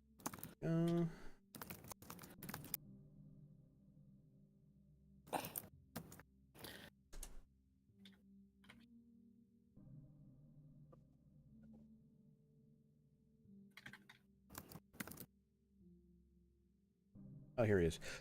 No, instead, he does not have 2 heads. He has 3. Apologize. You know what? That they say 3 is better than 2. A large man with 3 heads, and these like strange fleshy protrusions on his back, almost like flesh wings, darkens the doorway of this tent. Very imposing figure. You see his 4 arms are kind of like crossed over his chest as he walks in. I'm sorry, Isaac. Was I interrupting something? And Isaac sort of like takes a step back and goes, no, Alemian, no. But perhaps you could assist me here. Is this one of our guests? And he looks down at you, Daphne. This guy is like standing like 2 or 3 heads taller than you.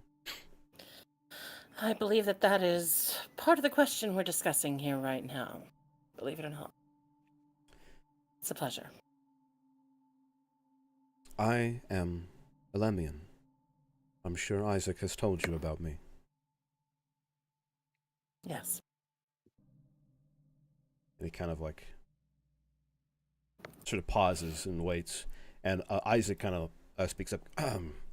This is Miss Daphne Haleth. She is a diplomat for an institute of sorts. I see. Miss Haleth, have you eaten this morning? Yes, I have, thank you. Very good. I would hate to think that one of our guests would not have had a meal. she'll just kind of she'll nod and sort of step out of the way so that he has a better access to get to where he's going because it's huge. But she also kind of glances at Isaac when he says guest, because as of right now, she is not entirely sure where she stands. Yeah, he steps past you, his hand still like crossed over his chest. And he leans down towards Isaac. Isaac, if I may have a word with you. Isaac goes, yes, of course, Olympian. But first, perhaps, I believe Miss Daphne would like to ask you something. And he just, like, almost as if he's, like, casting off the burden of this conversation onto you. Olympian turns and looks towards you. You can see, like, on, like, two of his neck, like, on either side of his neck, there are two heads. There are a head that sprouts from his body. Each of them look like they are in a different stage of, like, they look like the same person, but in different stages of life. The one on his right looks much younger. The one on his left looks much older. And the one in the center looks like he is middle-aged. The one on either side, the heads, their eyes are closed. And the head in the middle, his eyes are open and praises you. Can I help you, Miss Daphne? To be honest, right now, I'm not certain. But I hope so. After this time, most people here would tell you that I am a fish out of water, and they would be correct. Reasons for why I am here aside.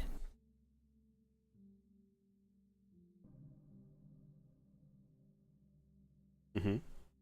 I am hoping to help. And again, she will just glance at Isaac, because this is what she has been trying to say this entire time, and she's not entirely sure if she's been speaking in riddles, or if he's been speaking in riddles, or if they're both speaking in riddles and just passing each other. Elemian smiles at you, and he leans down and reaches for one of your hands with like two of his and clasps it between them. And he gets down on one knee and says, "We would love your help, Miss Hayleth. What help do you offer?"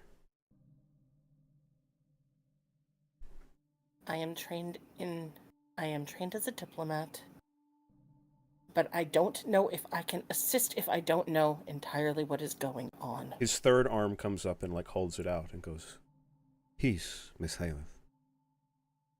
You can certainly help us. If you are willing, we could use a diplomat to assist us with convincing the council of our plight." I gotta do this. Insight check? Not to see if he's lying, but just... He's way too calm. That'll be a perception check. Okay. Secret see perception. If I remember how to do this. It'll be a blind perception check. Okay. Come on. It's been a month. I should remember. There, actions. Nope. Perception's on your left banner. On the banner on the left. Look on the one with the crossed eye. Sorry, guys. It's every time. Secret. Got it. Blind GM roll. Yes. There you go. You are staring at this being with some awe, admittedly. Like, you're kind of awestruck. The clothes this man wears is, like, fine, but very, like, common. Like opulent, but not, like, not really opulent, but, like, fine clothes, like, he carries himself well. But, like, it's like he doesn't... It's like he's not trying to draw attention. His heads are also strange. The ones at his side sort of lie lazily as if they're asleep. And, like, the protrusions on his back are strange. This is obviously some kind of flesh warp, but this man has been flesh warped beyond anything you have seen before. Many of the people in the camp have, like, an extra arm, or, like, their skin is rough and scaly, or they have some strange alien appearance. But this man has changed severely. Any kind of insight on this kind of being is difficult, to say the least. But you can tell that the face in front of you is like staring you in your eyes, appraising you, and he's leaned, like he's kneeled down as if he sees you, almost like you almost feel like you're an equal. First time for everything.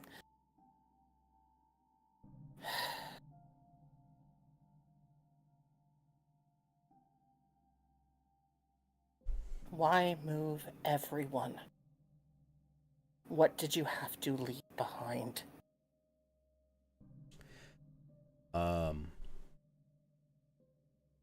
Alemian looks at you and goes, Miss Haleth, you live in a home, I'm sure. Imagine if your home was burning down. Which would you leave? Your possessions or your family? There's no question there. There's only one answer. I agree. My family, the many men. The wasteland is not safe. It has become much more dangerous in the last years. There have been rumors that the Arc Wizard, the Wizard King next, may be returning to this land. And there have been whispers that once he returns, this country will be destroyed.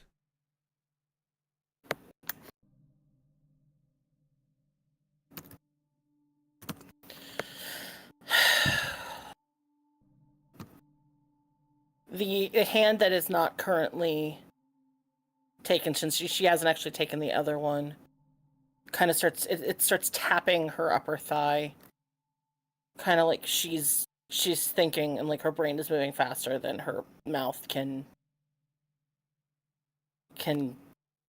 get the words out.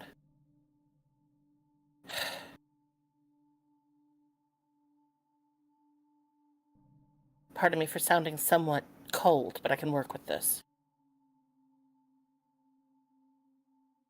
He kind of nods. I'm glad you can understand me. There is a common saying in the wasteland. The gods will not save you. You must save yourself. And so I have taken it upon myself to commit our people to this great exodus, to somewhere where we think we may be safe, but currently are not welcome. And so Isaac, Mr. Breyer, and yourself, I would like you to help me to convince the Council of Three that us, one of the many 9 tribes, deserves safety and peace. Will you help me? She doesn't say anything, but she nods.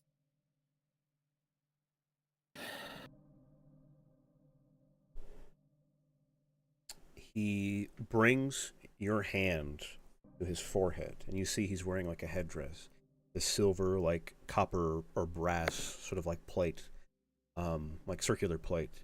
He holds it, presses it up against his head. Thank you, Miss Haleth. And I would. You see the head, the younger head, tears begin to form in the corners of its eyes.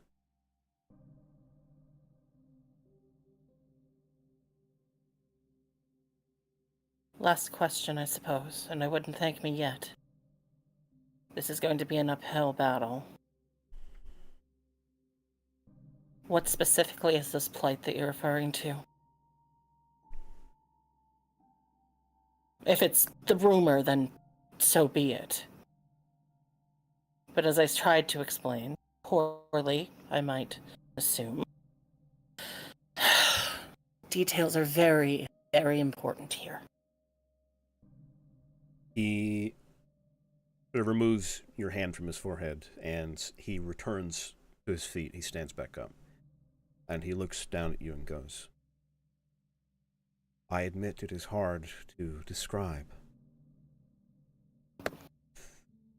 It is much like the wind. It is nothing you can see, but something you can feel, something you can understand is changing the world around you. The wasteland is changing. The flesh forges of Equinus are reactivating. The well of lies stirs. The waters, they begin to change. More and more bandits roam the wasteland, if that was not a danger enough. But sometimes it feels like there are ghosts in the sandstorms. Ghosts that warn of the dangers of the monostorms to come. An ominous wind that blows across the land. Something is coming. Whether it be the Arclord next, or something else. My people must be ready.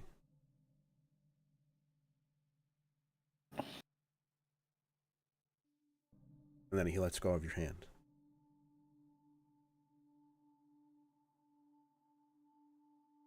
She'll take a minute. That was a lot. And it confirms everything that she was tossing and turning thinking last night. And she glances between him, Isaac, and Briar. Yeah, note that Briar, his eyes are like wide open. Like this is the first time he's hearing this too. And you can see like his thoughts are racing as well. At seeing Briar say that, she just kind of gives a nod like, see? Because this is what she was trying to get at. I assume that you... And she'll turn back to both Isaac and... God, I'm forgetting his name. I'm so sorry. Alemian. You have individuals that will testify to this, other than yourselves? Isaac kind of speaks up and goes, Miss Daphne, there's not much testament, to be sure, and I will admit to you that this is, well, nothing concrete. But I'm gonna make a roll for him. He goes, surely you have heard that the doors are opening.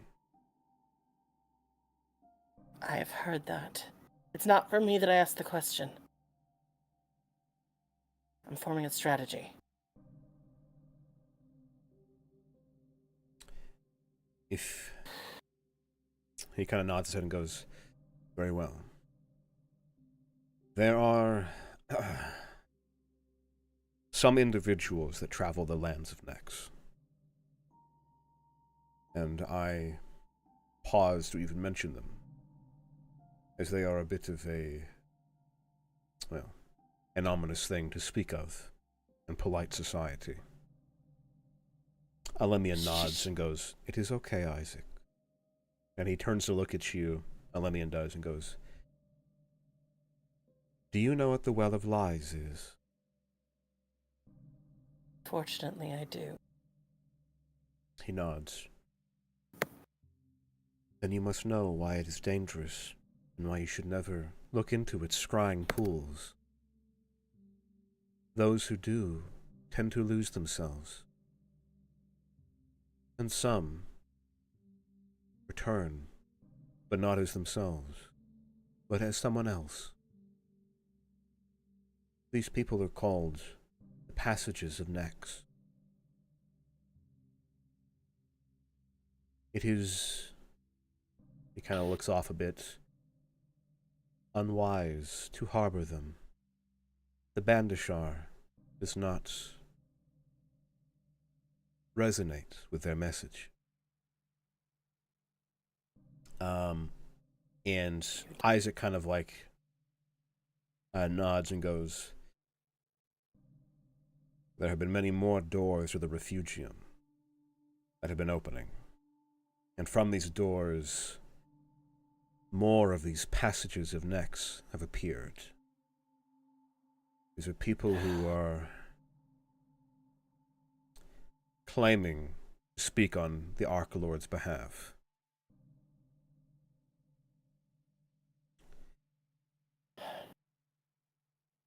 Makes things easier and at the same time much more complicated. Yes. I can work with this. As much as I hate to say this, and please do not take this the wrong way, because I do not mean this in the way it is out. Change happens in one of two ways. Incrementally over time, or all at once when there is a storm. The storm is coming. Olemian nods and smiles. Yes, you see it now. A storm is coming.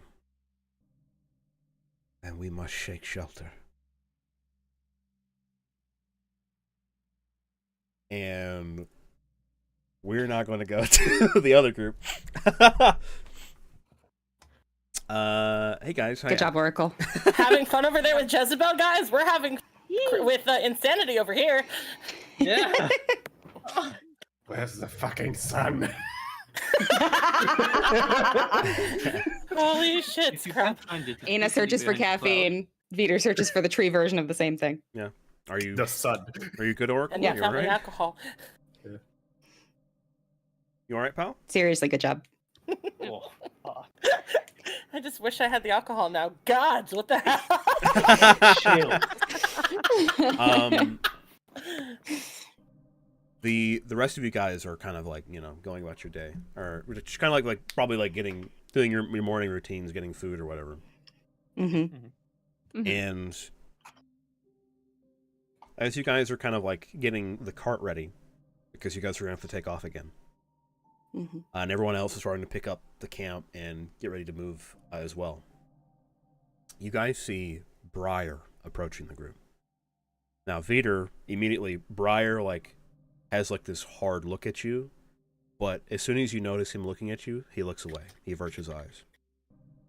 And he stops and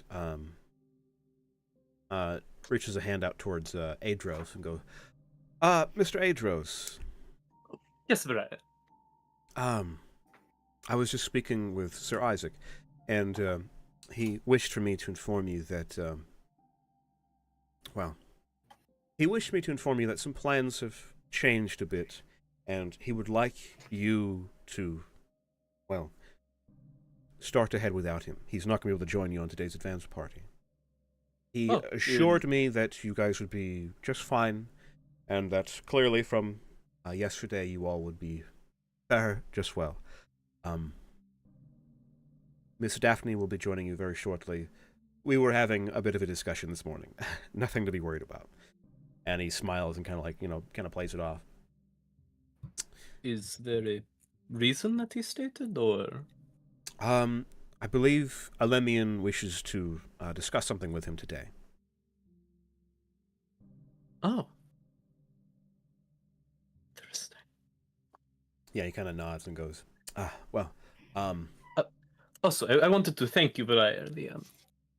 Those nuts, Jezebel quite enjoyed them. She is a tad gluttonous, so it is a great thing to speak of. Well, thank you very much. I was a bit surprised at first whenever I had bumped into Ina last night, but I'm very happy to say that they were well received, and it was well worth the bit of energy I expended for it. Besides, it is, a bit of a tradition in, I guess, my family, my tribe, to give little gifts, little trinkets to our friends. And he casts a little glance to Viter.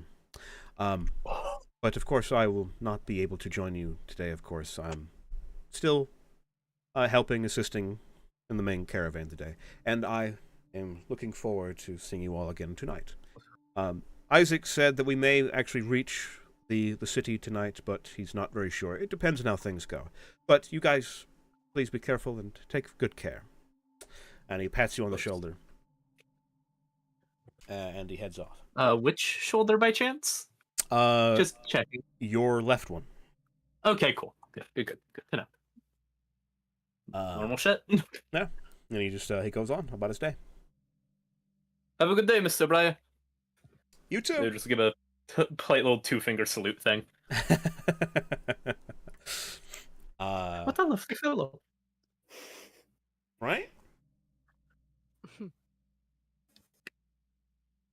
Laverna will then approach Adros afterwards, carrying Jezebel still on her arm, and holds it out for Jezebel to go back.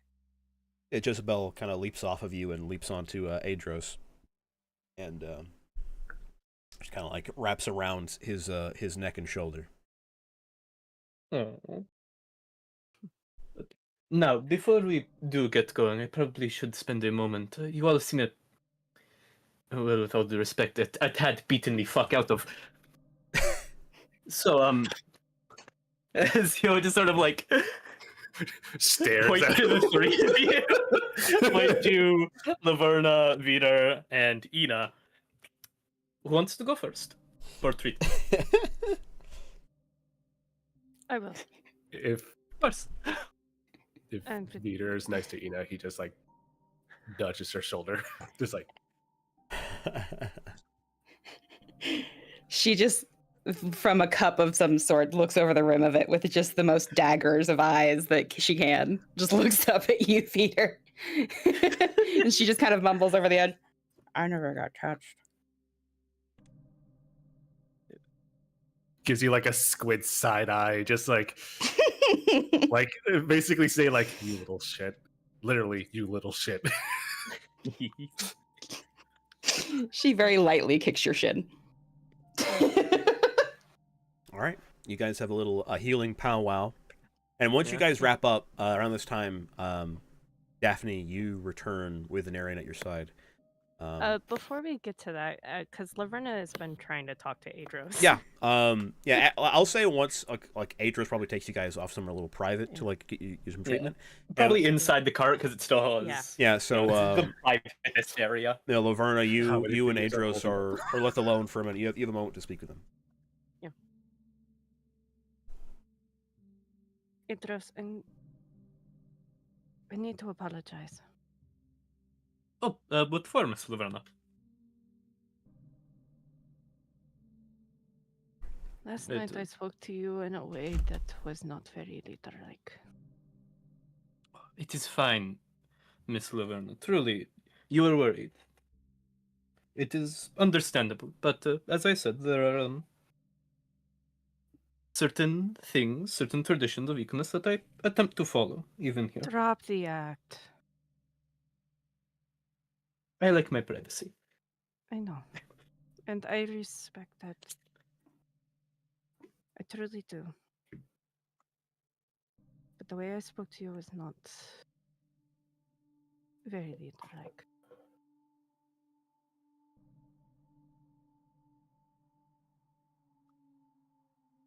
So I'm Truly, sorry. Miss Laverna, there is no need to apologize. As you like sort of snip up a stitch or a piece of bandage, pat it gently. I understand the drive to care as you will. But I have my reasons and you have yours. I thank you for the apology despite its unneededness. I hold no judgment or ill will to you. That's good to know. But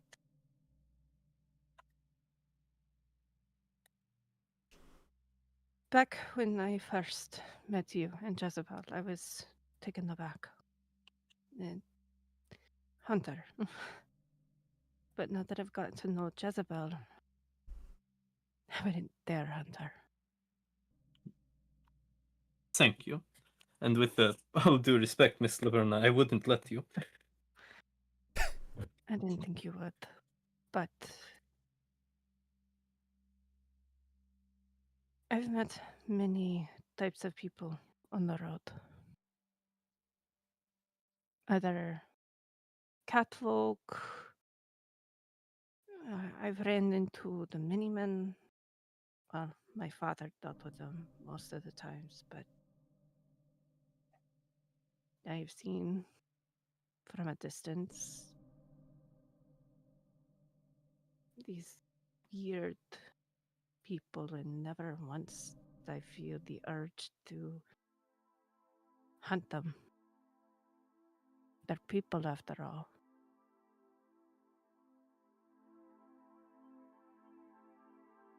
I'm not saying that's because I think there is something different about you. I can tell you're just like us. You have a good heart. I can tell.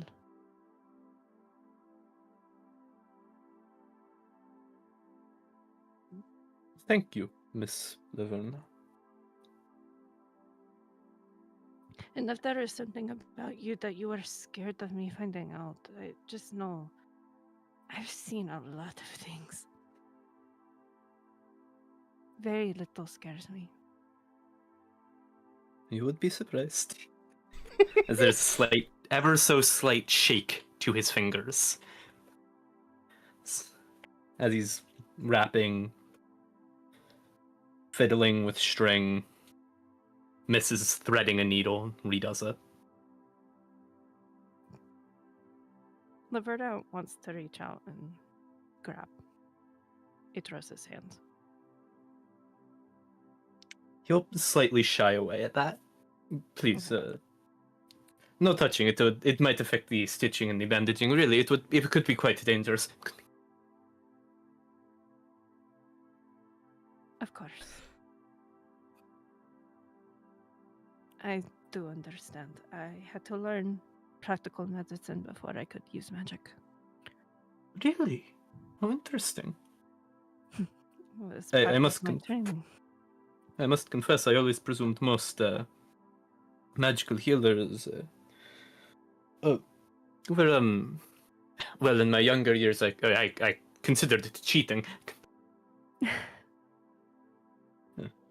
You see the smile return back to Laverna. It is. We must trade techniques sometime. I must confess, the teachings of Iconus are very, how do you say, uncaring to the patient, to their comfort. It is effective, as you have seen. But as someone who is the practitioner and patient, it can be a bit uncomfortable, and I do apologize if it is. So truly, we must trade techniques sometime. I'm always seeking to better myself in my craft. Then you know, if we're going to trade techniques, I do have to touch you.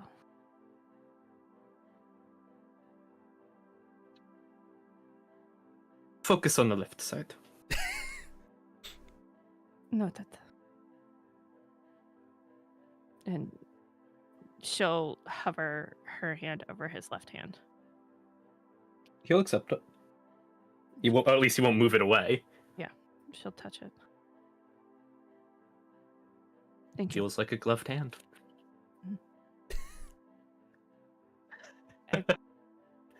Let's go! Sorry, scrub that. Sorry. Wow. Just wow. Anyone watching, you guys couldn't hear it. You guys couldn't see it, but I gave like a very enthusiastic thumbs up to the camera. Yeah. He's very Monopoly man, like, hey! So cute. My deepest apologies. You're good. Thank you, Idris.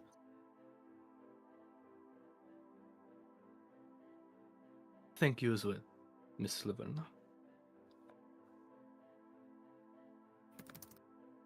She'll just let him finish. All right. You go on with your medical powwow. Daphne, you return with Anarian. Anarian and you are like kind of discussing things as you kind of go on. And Anarian kind of stops and like asks you and goes, Miss Daphne Halith, if I may ask, would you like me to send word to your family? No. Not yet. We've nothing to report. And she kind of gives it would be a smile that he kind of understands. She's definitely used it before. It's like, we have nothing to report. He doesn't quite return that same smile. He kind of returns a smile like, my lady, I'm sure with the information you just gathered, your family would like to know. I'm not ready yet. And she's turned directly to him so that nobody else can see her face as the thing drops. We need to gather more information first.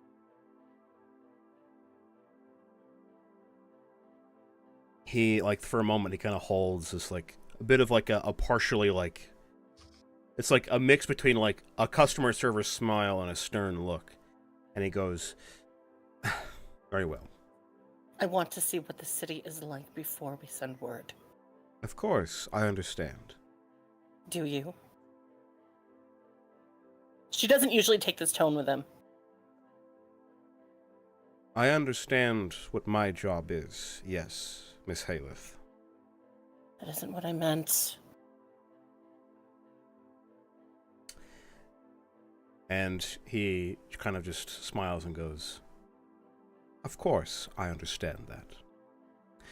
I believe the rest of the party is awaiting us. And I believe so too. he goes along. Leads you towards the rest of the party. Alright. You guys regroup. Any words you'd like to share with the party, Daphne, or would you guys like to get on the road? She has a tired smile on, sort of, good morning. I'd like to roll something if possible to just see if I can tell something is going, like, does she show any sign of being shaken to her fucking core? Give me a secret I perception want to check. say no, but I think the dice are in charge here. Give me a secret perception check. We'll see what happens. Hold on. Anarian, she just wants some time to digest this. It's been 5 minutes. Hey, it might have been 10. Welcome to the egg session, motherfucker. Let's Welcome see. to Brain Rot Hours. Let's take a look at Daphne's deception DC. Was I supposed to roll 2? No, you don't need to roll. It's not a Okay. contested roll. It'll be against your deception DC, which is 10 plus your deception. I don't remember how many points I put in there under proficiencies. Plus 5. You see that Daphne does look a bit weathered, but you can tell that it's not just from like a poor rest, like a not so restful night or the day prior. That, like, you had heard from Briar that she was in a meeting with Isaac. The meeting probably took a lot out of her, is what you can guess. Mm-hmm. Okay. She will continue to sip her coffee.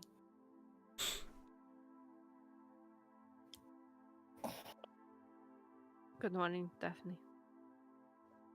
Good morning, Miss Halith. Idris will Morning. probably call in from the tent, ushering someone else in for treatment. Yeah. I see. You know which one. I see. We're still recovering. Understood. We're probably going to be getting on the road relatively soon. I think that Briar came out and spoke with all of you. He did. Excellent. Then Anarian actually comes to you. Adros and goes, excuse me, I just took a bad intake of breath. All good. You sick? You need healing? No, he goes, Anarian. I do, yeah, absolutely. You're in the right place. Anarian goes, Master Adros, if I may, please, Dr. Adros. Sorry. He goes, Doctor, if it would please you, I would also like some medical attention. I did sustain some damage during the last scuffle. Oh, please. No need to request. It is simply my duty. My thanks. Would you also like me to check on your knuckles? I don't think they should be making that sound when you are cracking them. That is, perhaps some form of arthritis? Oh, no, I can assure you that is merely the effects of my martial prowess. All right. There's a definite concern to note. Knuckles shouldn't make that noise. It's not be that loud. fine. It's fine. Knuckles work. As you if you ask him more about it, he goes yes, it is merely just a build-up of magical energy built up within the joints of my knuckles. You see, Fascinating. my school of martial arts, or martial training, as it may seem, combines use of magical abilities along with my physical stature. Is it... then do tell me if this is private information. Which tradition do you follow? Or is it innate, or are you perhaps preparing your magic? Goes, well, I'm sure you will be happy to know, Dr. Adros, that I am much like you. I am a prepared caster. When I was learning such things, it was the school of the Magus. Oh. I mainly focus on arcane magic. Oh, it is good to meet a colleague. Yes, likewise. So, into the cart. I must read.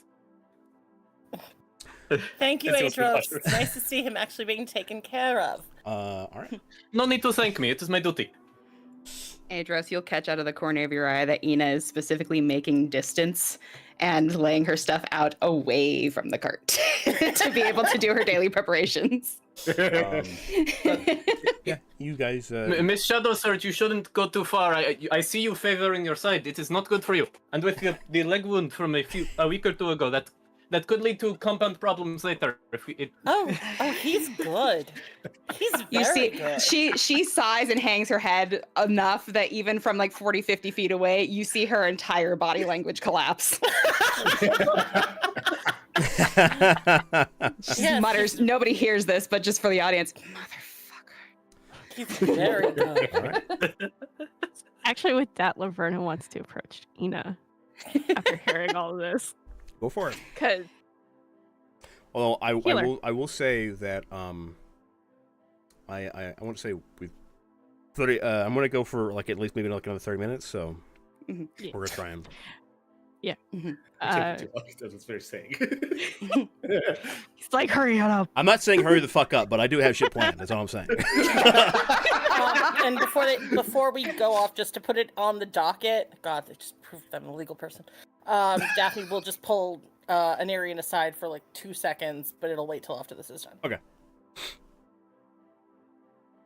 What is this about being hurt? Hello, Miss Sparklepaws. Miss Sparklepaws is my mother. I'm just Laverna.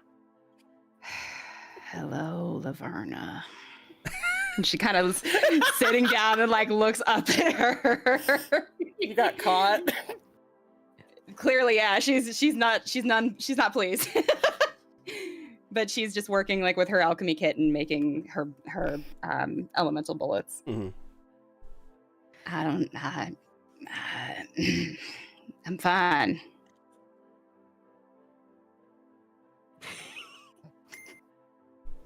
Sense motive. Perception check. Another one. Deception. Another one. Deception, please. Can I counter It's roll? no, it's against your DC. I'm sorry, pal. Fuck. 2. Ooh. Give it a 2. It's a Remind great me, sound. what did you say, Ina?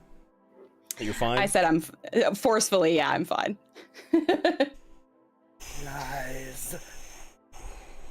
Wow. Okay, so That's an incredible sound. And the look on his face when he said it. on a critical success,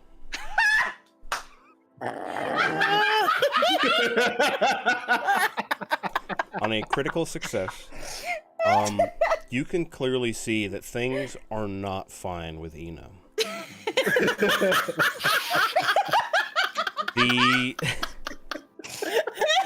There is like a pallor about her. This like basically like the weight of the last like month or so.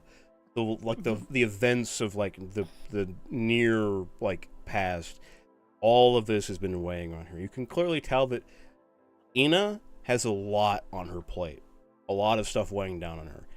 And as far as like her wounds, she still is hurt, but there's something inside of her that is hurt way worse than merely just her wounds. Laverna will just squat down. Which side do you squat down on? In front. Like 'Kay. she's sitting in So as she's like focusing way too hard on her bullet, she's like forced to see you. Yeah, understood. You know, Atros is not the only healer here. I could also That's see you fine. limping.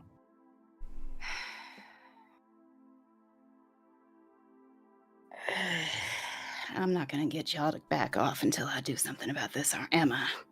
She like Mom. turns to the side and just pulls like down her the side of her pants, like the hem, and you see just like the blackest, most purple bruise on her Yeah. hip. It goes like it's bad. it starts at like halfway down her thigh and kind of goes up, Mhm. like kind of like in like a Mhm. blotchy pattern up her side. Yeah. Like the center is just like this black purple, and like the side it kind of just frays out in this like Mhm. light purplish red. How did that happen? Don't worry about it. Ina? Laverna.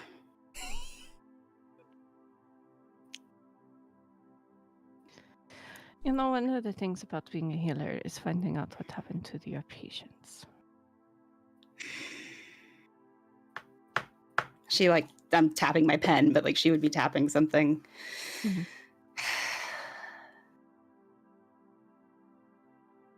I fell. Just real far. That'll do it.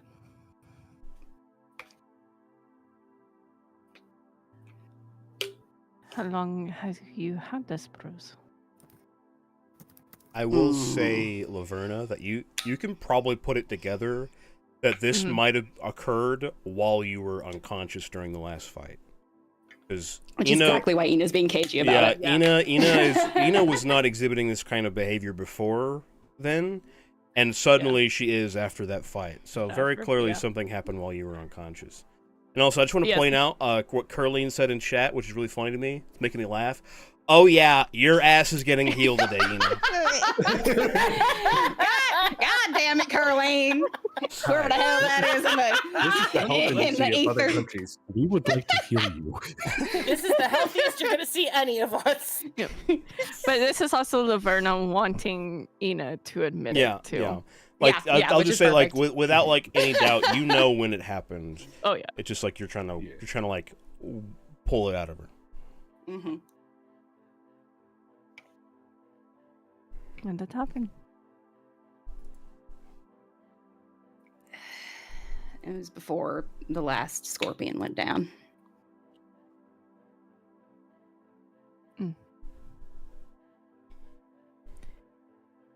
All right. Stand up. Mm. And she stands. And Laverna will take her time and treat Ina. Okay. Yeah, using your magic. Yeah. Mhm. Yeah. We can say you are, but you're just not using a spell slot. Yeah. Because I think this would be an interesting interaction for Ina. Her stance is wide. Just imagine, like, Laverna's hands on her right hip, and she's just like looks like the grumpiest motherfucker, and she's staring Veter down. Yeah, Veter, for whatever reason, you're catching a stray here. I don't know why. Yeah, you're totally catching strays with this. Don't say I just look a over to you word. and just like give you the most shitty. You just like. Oh my god. Ina, it's probably not often that you have experienced magical healing. Oh shit! Yeah, you're right. Because I don't think she's ever experienced it. yeah, because of living in Alkenstar and in the Mana Wastes, magic is not as common because magic is not as reliable. So It can backfire real bad. yeah, exactly. You Laverna, you cast some of your magic to use to heal Ina. And Ina, you feel this it's like the most soothing warmth you've ever felt. It's almost as if someone placed a very soft, warm towel on your side, on your bruise, and you feel the stress and the pain just sort of melt, as if all of the pain kind of gets absorbed by this warm towel.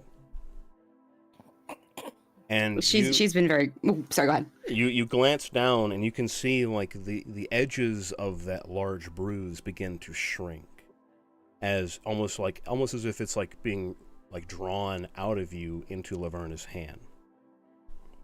As you see this dark low glow of this greenish blue magic. There's a look of horror on her face, and she's been grumbly this whole time, so you've heard her sigh before, but she just... It's a sigh of relief combined with a face of horror. It's very confusing for her. You all right there? Yeah. Thank you. Good. That's better. What is troubling you?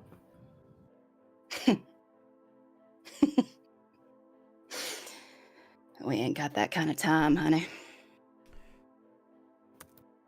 On the road, we have lots of time. Maybe. When Laverna's done with the healing, she'll crouch back down, start to gather up her stuff to be ready to move. Yeah. And around that time, you guys are kind of cut off from whatever you were saying, as Anarian kind of exits the cart and goes, "My word, Doctor, you sure know your craft. I feel better than ever." I graduated top of my class. Well, if you don't sound fit as a fiddle. I almost feel 100 years younger. All right. You guys begin to load up the cart, and finally... Well, no. No, but no's, motherfucker. I need to spend another hour-long heart-to-heart conversation. No, they can have it as they're going. Keep going. You guys pick up and get ready to get the cart ready, and you guys head out. And you can have any discussion you'd like on the road now. Cool. Okay. Yippee. Laverna will take point, using her scout dedication to make sure they stay safe. All right. I can't remember. You said that Isaac wasn't coming with us. Is that right? Isaac is not coming with you. So Daphne, assuming that Anarian is driving, will take the seat next to him, just for ease of conversation. All right.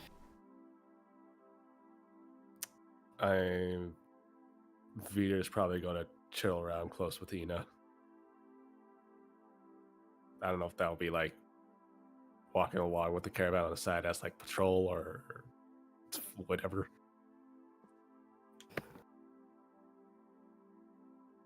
Well, how are you traveling along with the cart? I'm torn because the leg. no. The leg's fine. Like now, thankfully, it's more just like, okay, she normally hangs back, but with Isaac not being there, she would have thought about, all right, I'm going to ride shotgun, and then Daphne crawls in. Mm-hmm. So she just kind of sighs and is sitting in the middle between Anarian and Daphne. So she'd be in the cart. Yeah. And I do think she's going to. I was going to say, but she's like occasionally like glancing down her sight and keeping an eye out to the left and right, sort of like she's riding shotgun, just inconveniently behind somebody's shoulders. And she will mutter to Daphne, and hopefully only to Daphne, that maiden must have been something. Most meetings are when you're talking diplomacy. So you should have been used to it, shouldn't you? Every situation is different, Ina. It's part of the fun and also part of the horror of the game. Maybe, but this one's got you nervous. And that's Right got now- me curious. Well, good, because right now you have me nervous. Good.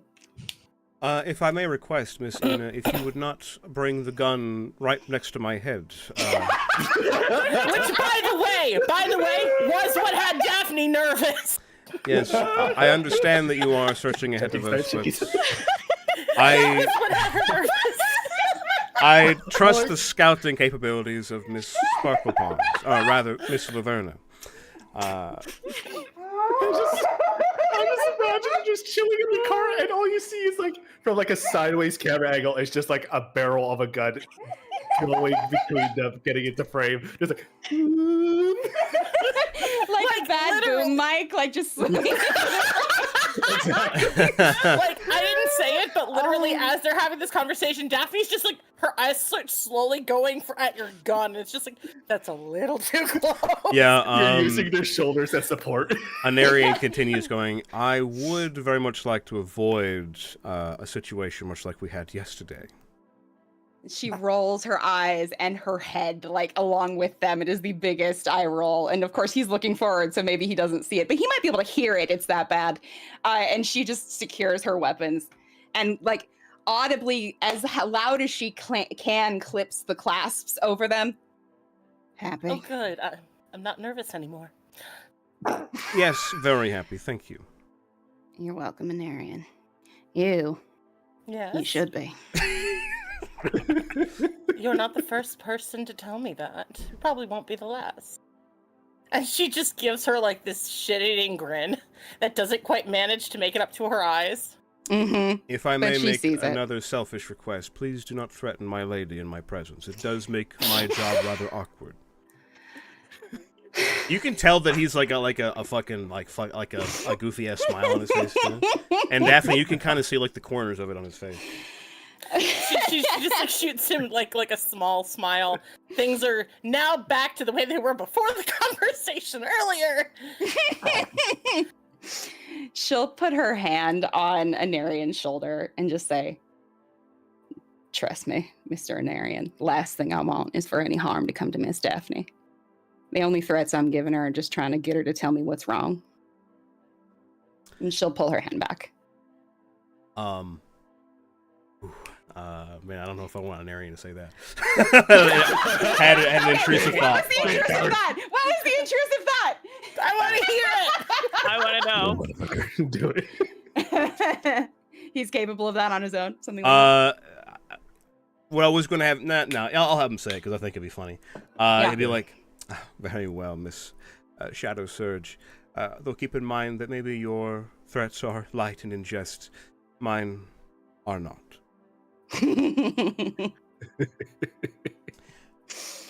And I will say that when you put your hand on his shoulder, Yeah.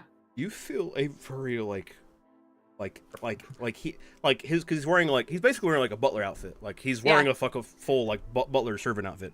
But your boy's ripped. That's not a shoulder pad. Yeah, it's not a shoulder pad. Yeah. You feel it, and it's like it's like it's like a dense, wiry, like thick frame underneath that like coat that he's wearing. He can flex and the clothes rip off. Who do you think she trains with? just Sorry, the tear off butler uniform, like all of Venom, just came to my mind, and I was through. but the bow tie stays. The bow tie stays. Yes. Note to self: go shopping and get him a less ostentatious outfit so he doesn't stand out so much. Both of them. Oh, he stands out like so bad. Like it's Oh, like of course he does. Yeah, you both do. Yeah. We both do. It's a problem. I gotta fix that. Yeah, like, and I will say that like probably like during like out in the heat, Daphne, your kind of like hair and like your looks have probably like withered a little bit just because of like. Of course they have. It's hot out here. Anarian has not. Like he somehow like It's kept magic. like perfect, like prim, proper, like perfect look. Prestidigitation all over the place. Prestidigitation. Some kind of magical effect. Yeah. And she would grin a little bit when he says that. Sorry, go on. I will say, roll me a perception check, Okay. Because I'm making this up on the fly now because I think this would be cool. This is fantastic. I love this. It's the best. This is where the game really Do you want this usually you want this blind, is that still true? Yes. Okay.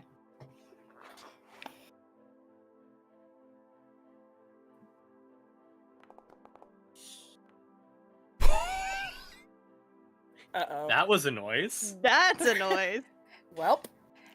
You like as you're kind of like looking because you're sitting behind both Daphne and Anarian, and you kind of put your hand on his shoulder, and you cause like a part of his like his collar to like kind of lower a little bit. Mm-hmm. You can very clearly see like the top of some kind of like colored bright tattoo on the top of his neck right here. Ooh. Okay. You can't make out what it is, but you can clearly see it's some kind of tattoo. Why? Okay. Ina, this was not on the bingo card for today. Was Ina suddenly having the hots for Anarian? But fucking hell. All right. I mean, he's a good one to have the hots for. Yeah. So she just kind of like shakes her head and tries to like look back to Daphne. And she just says something along the lines of, "What was the last thing he just said? Mine or not?" And I think she would say something like, I certainly hope not. And tries to refocus on Daphne. I just imagine he's like chill dude, but has like prison tattoos underneath. Oh yeah, Something like that. 100%. Prison tattoos are like I'm warlord glad that's style where your tattoo. mind went. That isn't where my mind went. My mind went something far worse. I'll if you you guys can't remind me talk. when the session's over, I'll kind of talk about a little more about Please do. that because I think it'd be Please fun do. to chat about. But you guys continue on. You guys are traveling along with the cart. There is really no issues today. The sky is clear. There's no like sandstorms today. Not a cloud in the sky, in fact. The wind is quite calm, and you guys make a lot of progress traveling throughout the day. You see no problems, no smoke in the sky, nothing.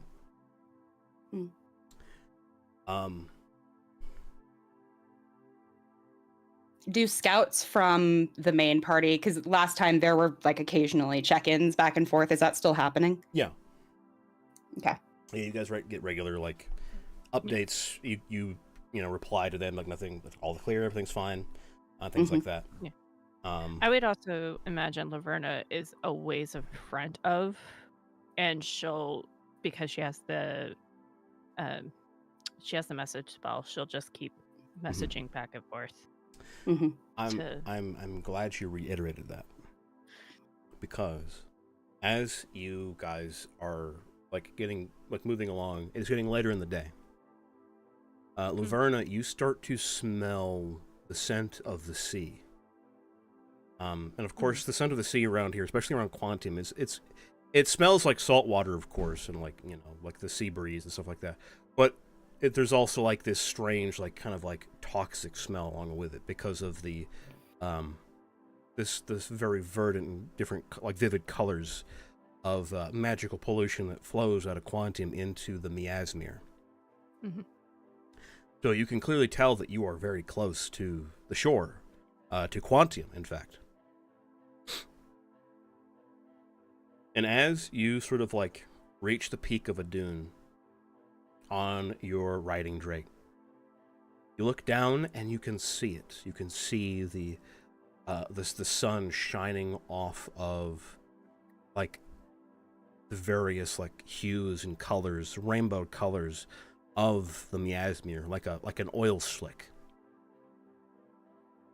And you can see the city of Quantium just on the horizon. And you can see along outside of the walls, you can see the gigantic gargantuan golems that patrol around the outer walls. But something else catches your eye. What you see is a figure standing in the middle of the road between you and the city. A figure bearing calico fur, very familiar to you and your family.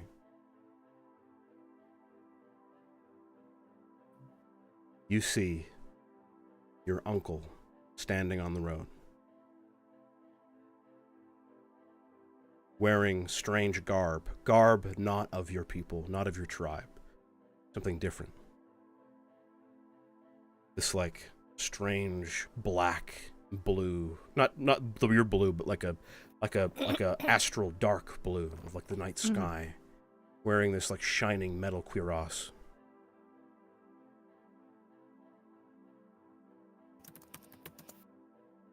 And that's where we're going to end the session. No! You What the fuck? You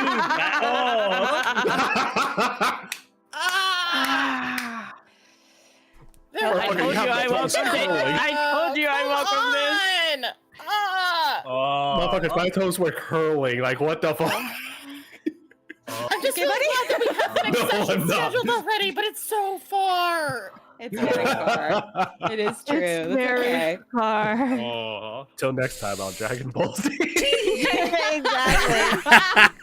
See, Oh shit. I Hey told guys, you. let's hurry this up. I want to get to this cliffhanger. I told you one of your player characters was not going to have a good time. you did. Yeah. We all Yeah. did have a good time. Let's be I mean, honest. Adrian's had a great time. Yeah, I just had a, did have a Yeah, great time. exactly. Adros was perfect today. Yeah. Yeah. Angel's Dude, that just is- like, I did doctor. Hey, He did good. He got complimented on his work. You know, everything. Hell yeah. Good Cliffhanger, job. scrub, you bozo. Oh, come on. Well, I'm sorry, guys. I guess you all will have to watch the next episode when it comes out. Oh no. Which is How you when? Which is when, I'm glad you asked. sometime in January. January. It is 3rd? going to be It's the January first Saturday. the 3rd. January the 3rd, because I'm not going to be hosting any Return of the Arclord or Wrath of the Ghost King through December. I'm only going to be hosting a mini campaign that I've already got planned, Woo! called Scrub's Snowy Side Quest. I like it. Once He again, fights Santa. once again, I did not come up with a name. That was Mel. Nelly, you are a saint. So that's all that will be happening throughout December. This is the last game of the month. Actually, no, not the last game. We have Wrath of the Ghost King later this month. I had to reschedule it. I forgot about November that. 22nd. November 22nd. Thank you, Mel. Wrath of the Ghost King, episode 7, right? 7? 7's right. Seven? Yep. 7. So yeah, that will be the last game of the main series for, until January, until the next year. Hell yeah.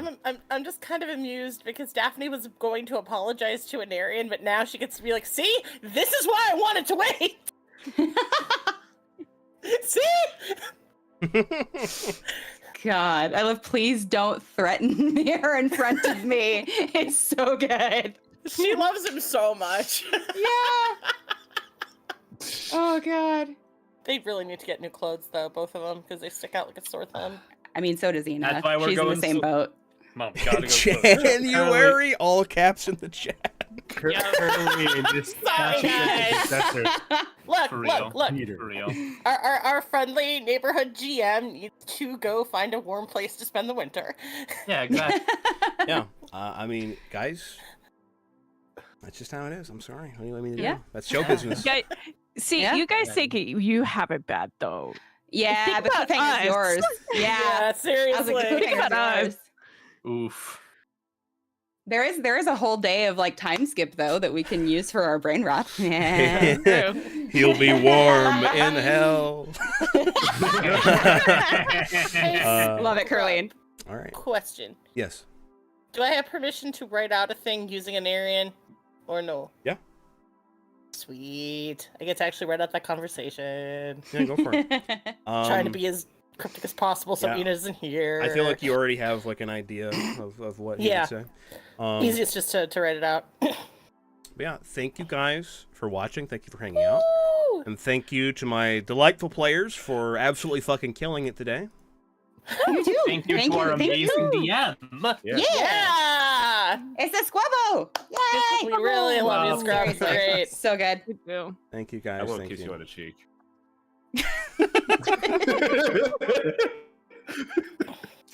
I love it. Yeah. Y'all didn't see it, Y'all but point this he out. just Y'all made a may not face. see it. Yeah. You put like his fingy on his cheeks and go, tee. Yeah. So yeah, innocent, it's so evil. that is going to be all for today, guys. Let's go down the line, and I gotta actually get you guys' links ready. Go down the line. What is everyone up to this weekend or this coming week? Who are we starting with? Let's start with Mel.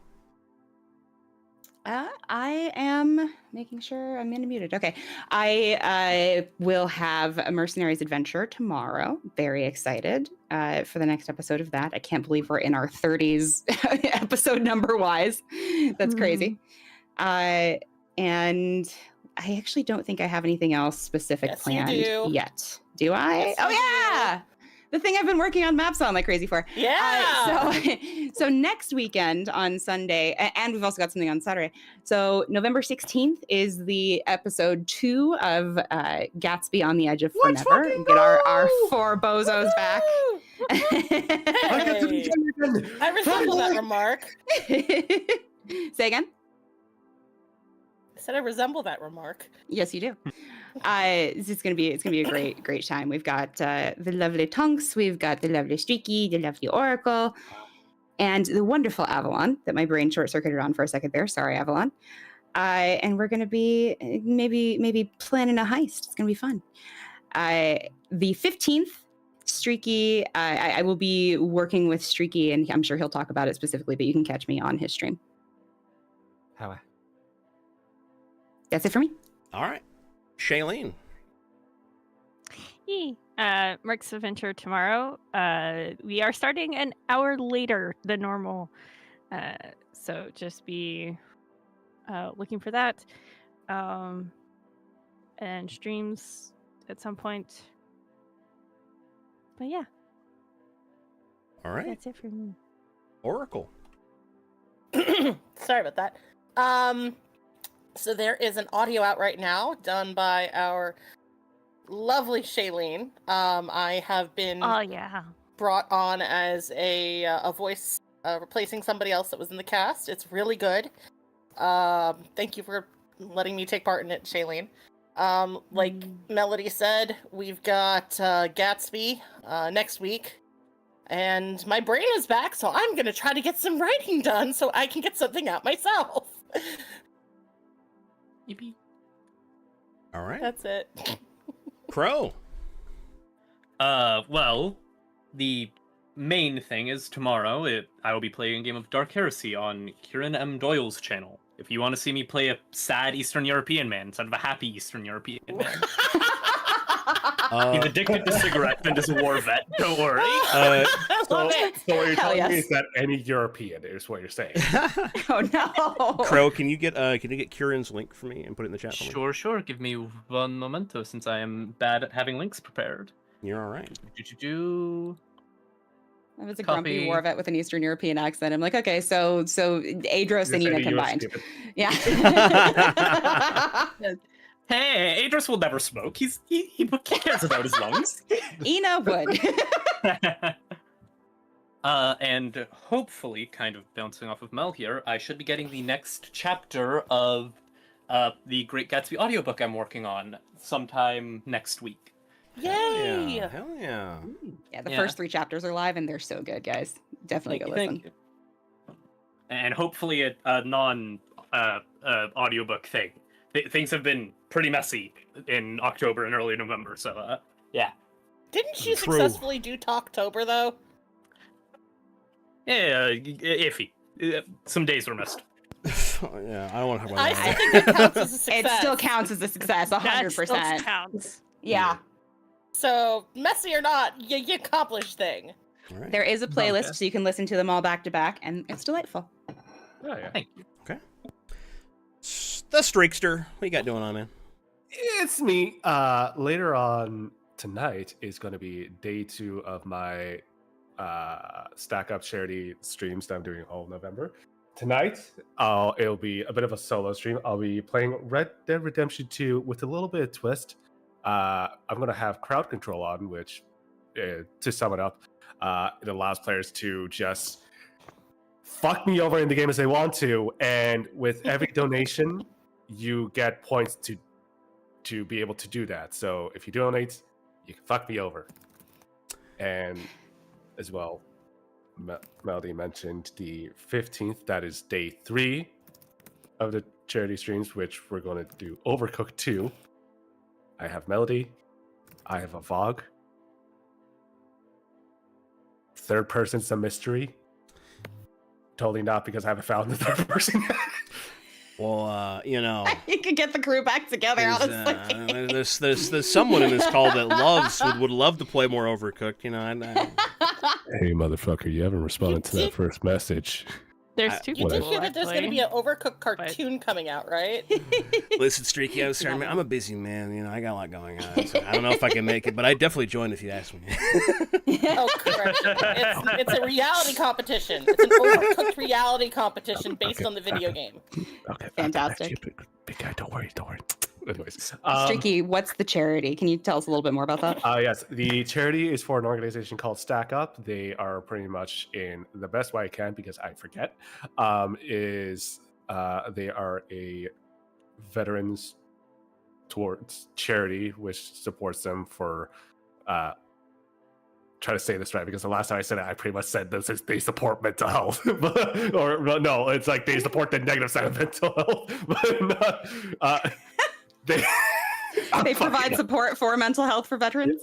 Yes, they help provide Okay. mental support for veterans with mental health, as well as preventing end of self-life. I don't like saying the word, so I'll Yeah. say that. A good 2 minutes cause. of video game. A good Yes. cause. It's Very good good cause. cause, and I can't confirm it is good. Phantom told me it's good, so it's good.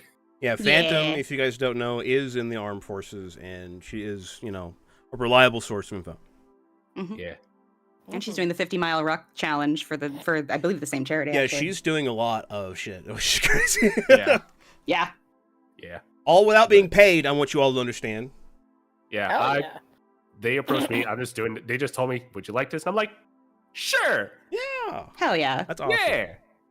So yeah, there's that, and then as well as the next Sunday, Great Gatsby. I could continue being gay and fantasize with the men. We haven't That's all I got care artwork about. done for him yet. We need to. So happy. Don't worry. That's all I care about. I'm going to be honest. That's all I care about in that campaign. It's just being gay. This was my angst. This was I was being gay. Look, I'm sorry I keep pulling you away from your boyfriend to do stuff. How Don't fucking worry. gay. Marcus might have pull everything you to join away you from the- soon. Who knows? I don't pull Uh-oh. you from the fucking door when you want to do your business. Don't fucking pull me away from my little tiramisu, okay, you little You bitch. want your little magoob to actually get blown up? Because that's what's gonna happen? Calm down, guys. Calm down. You're both beautiful. You're wonderful.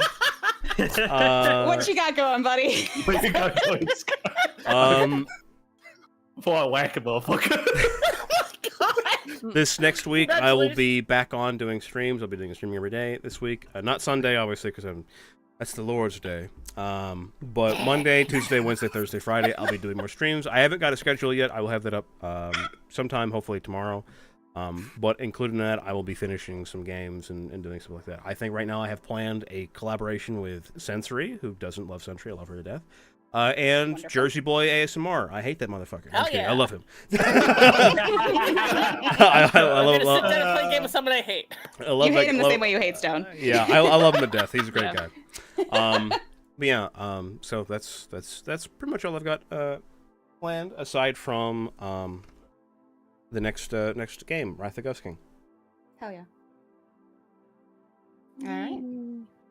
Well, chat, you're wonderful. Forget about it. Yeah, Guys, exactly. we're going to raid Zaf because I'm Hell pretty sure yeah. we always raid Zaf after one of these games because he's always live. He's playing Yeah. he's playing Final Fantasy VII Rebirth, so go over there and hang out with Zaf. Oh, Heck yeah. I love that game. Tell him I said hi and give him a big old Gatorade. Yeah. Woo! All right. Thanks for coming, everybody. Yeah, thank you guys for watching. Thank you for hanging out. I'll see you all Monday. Bye, everyone. Bye.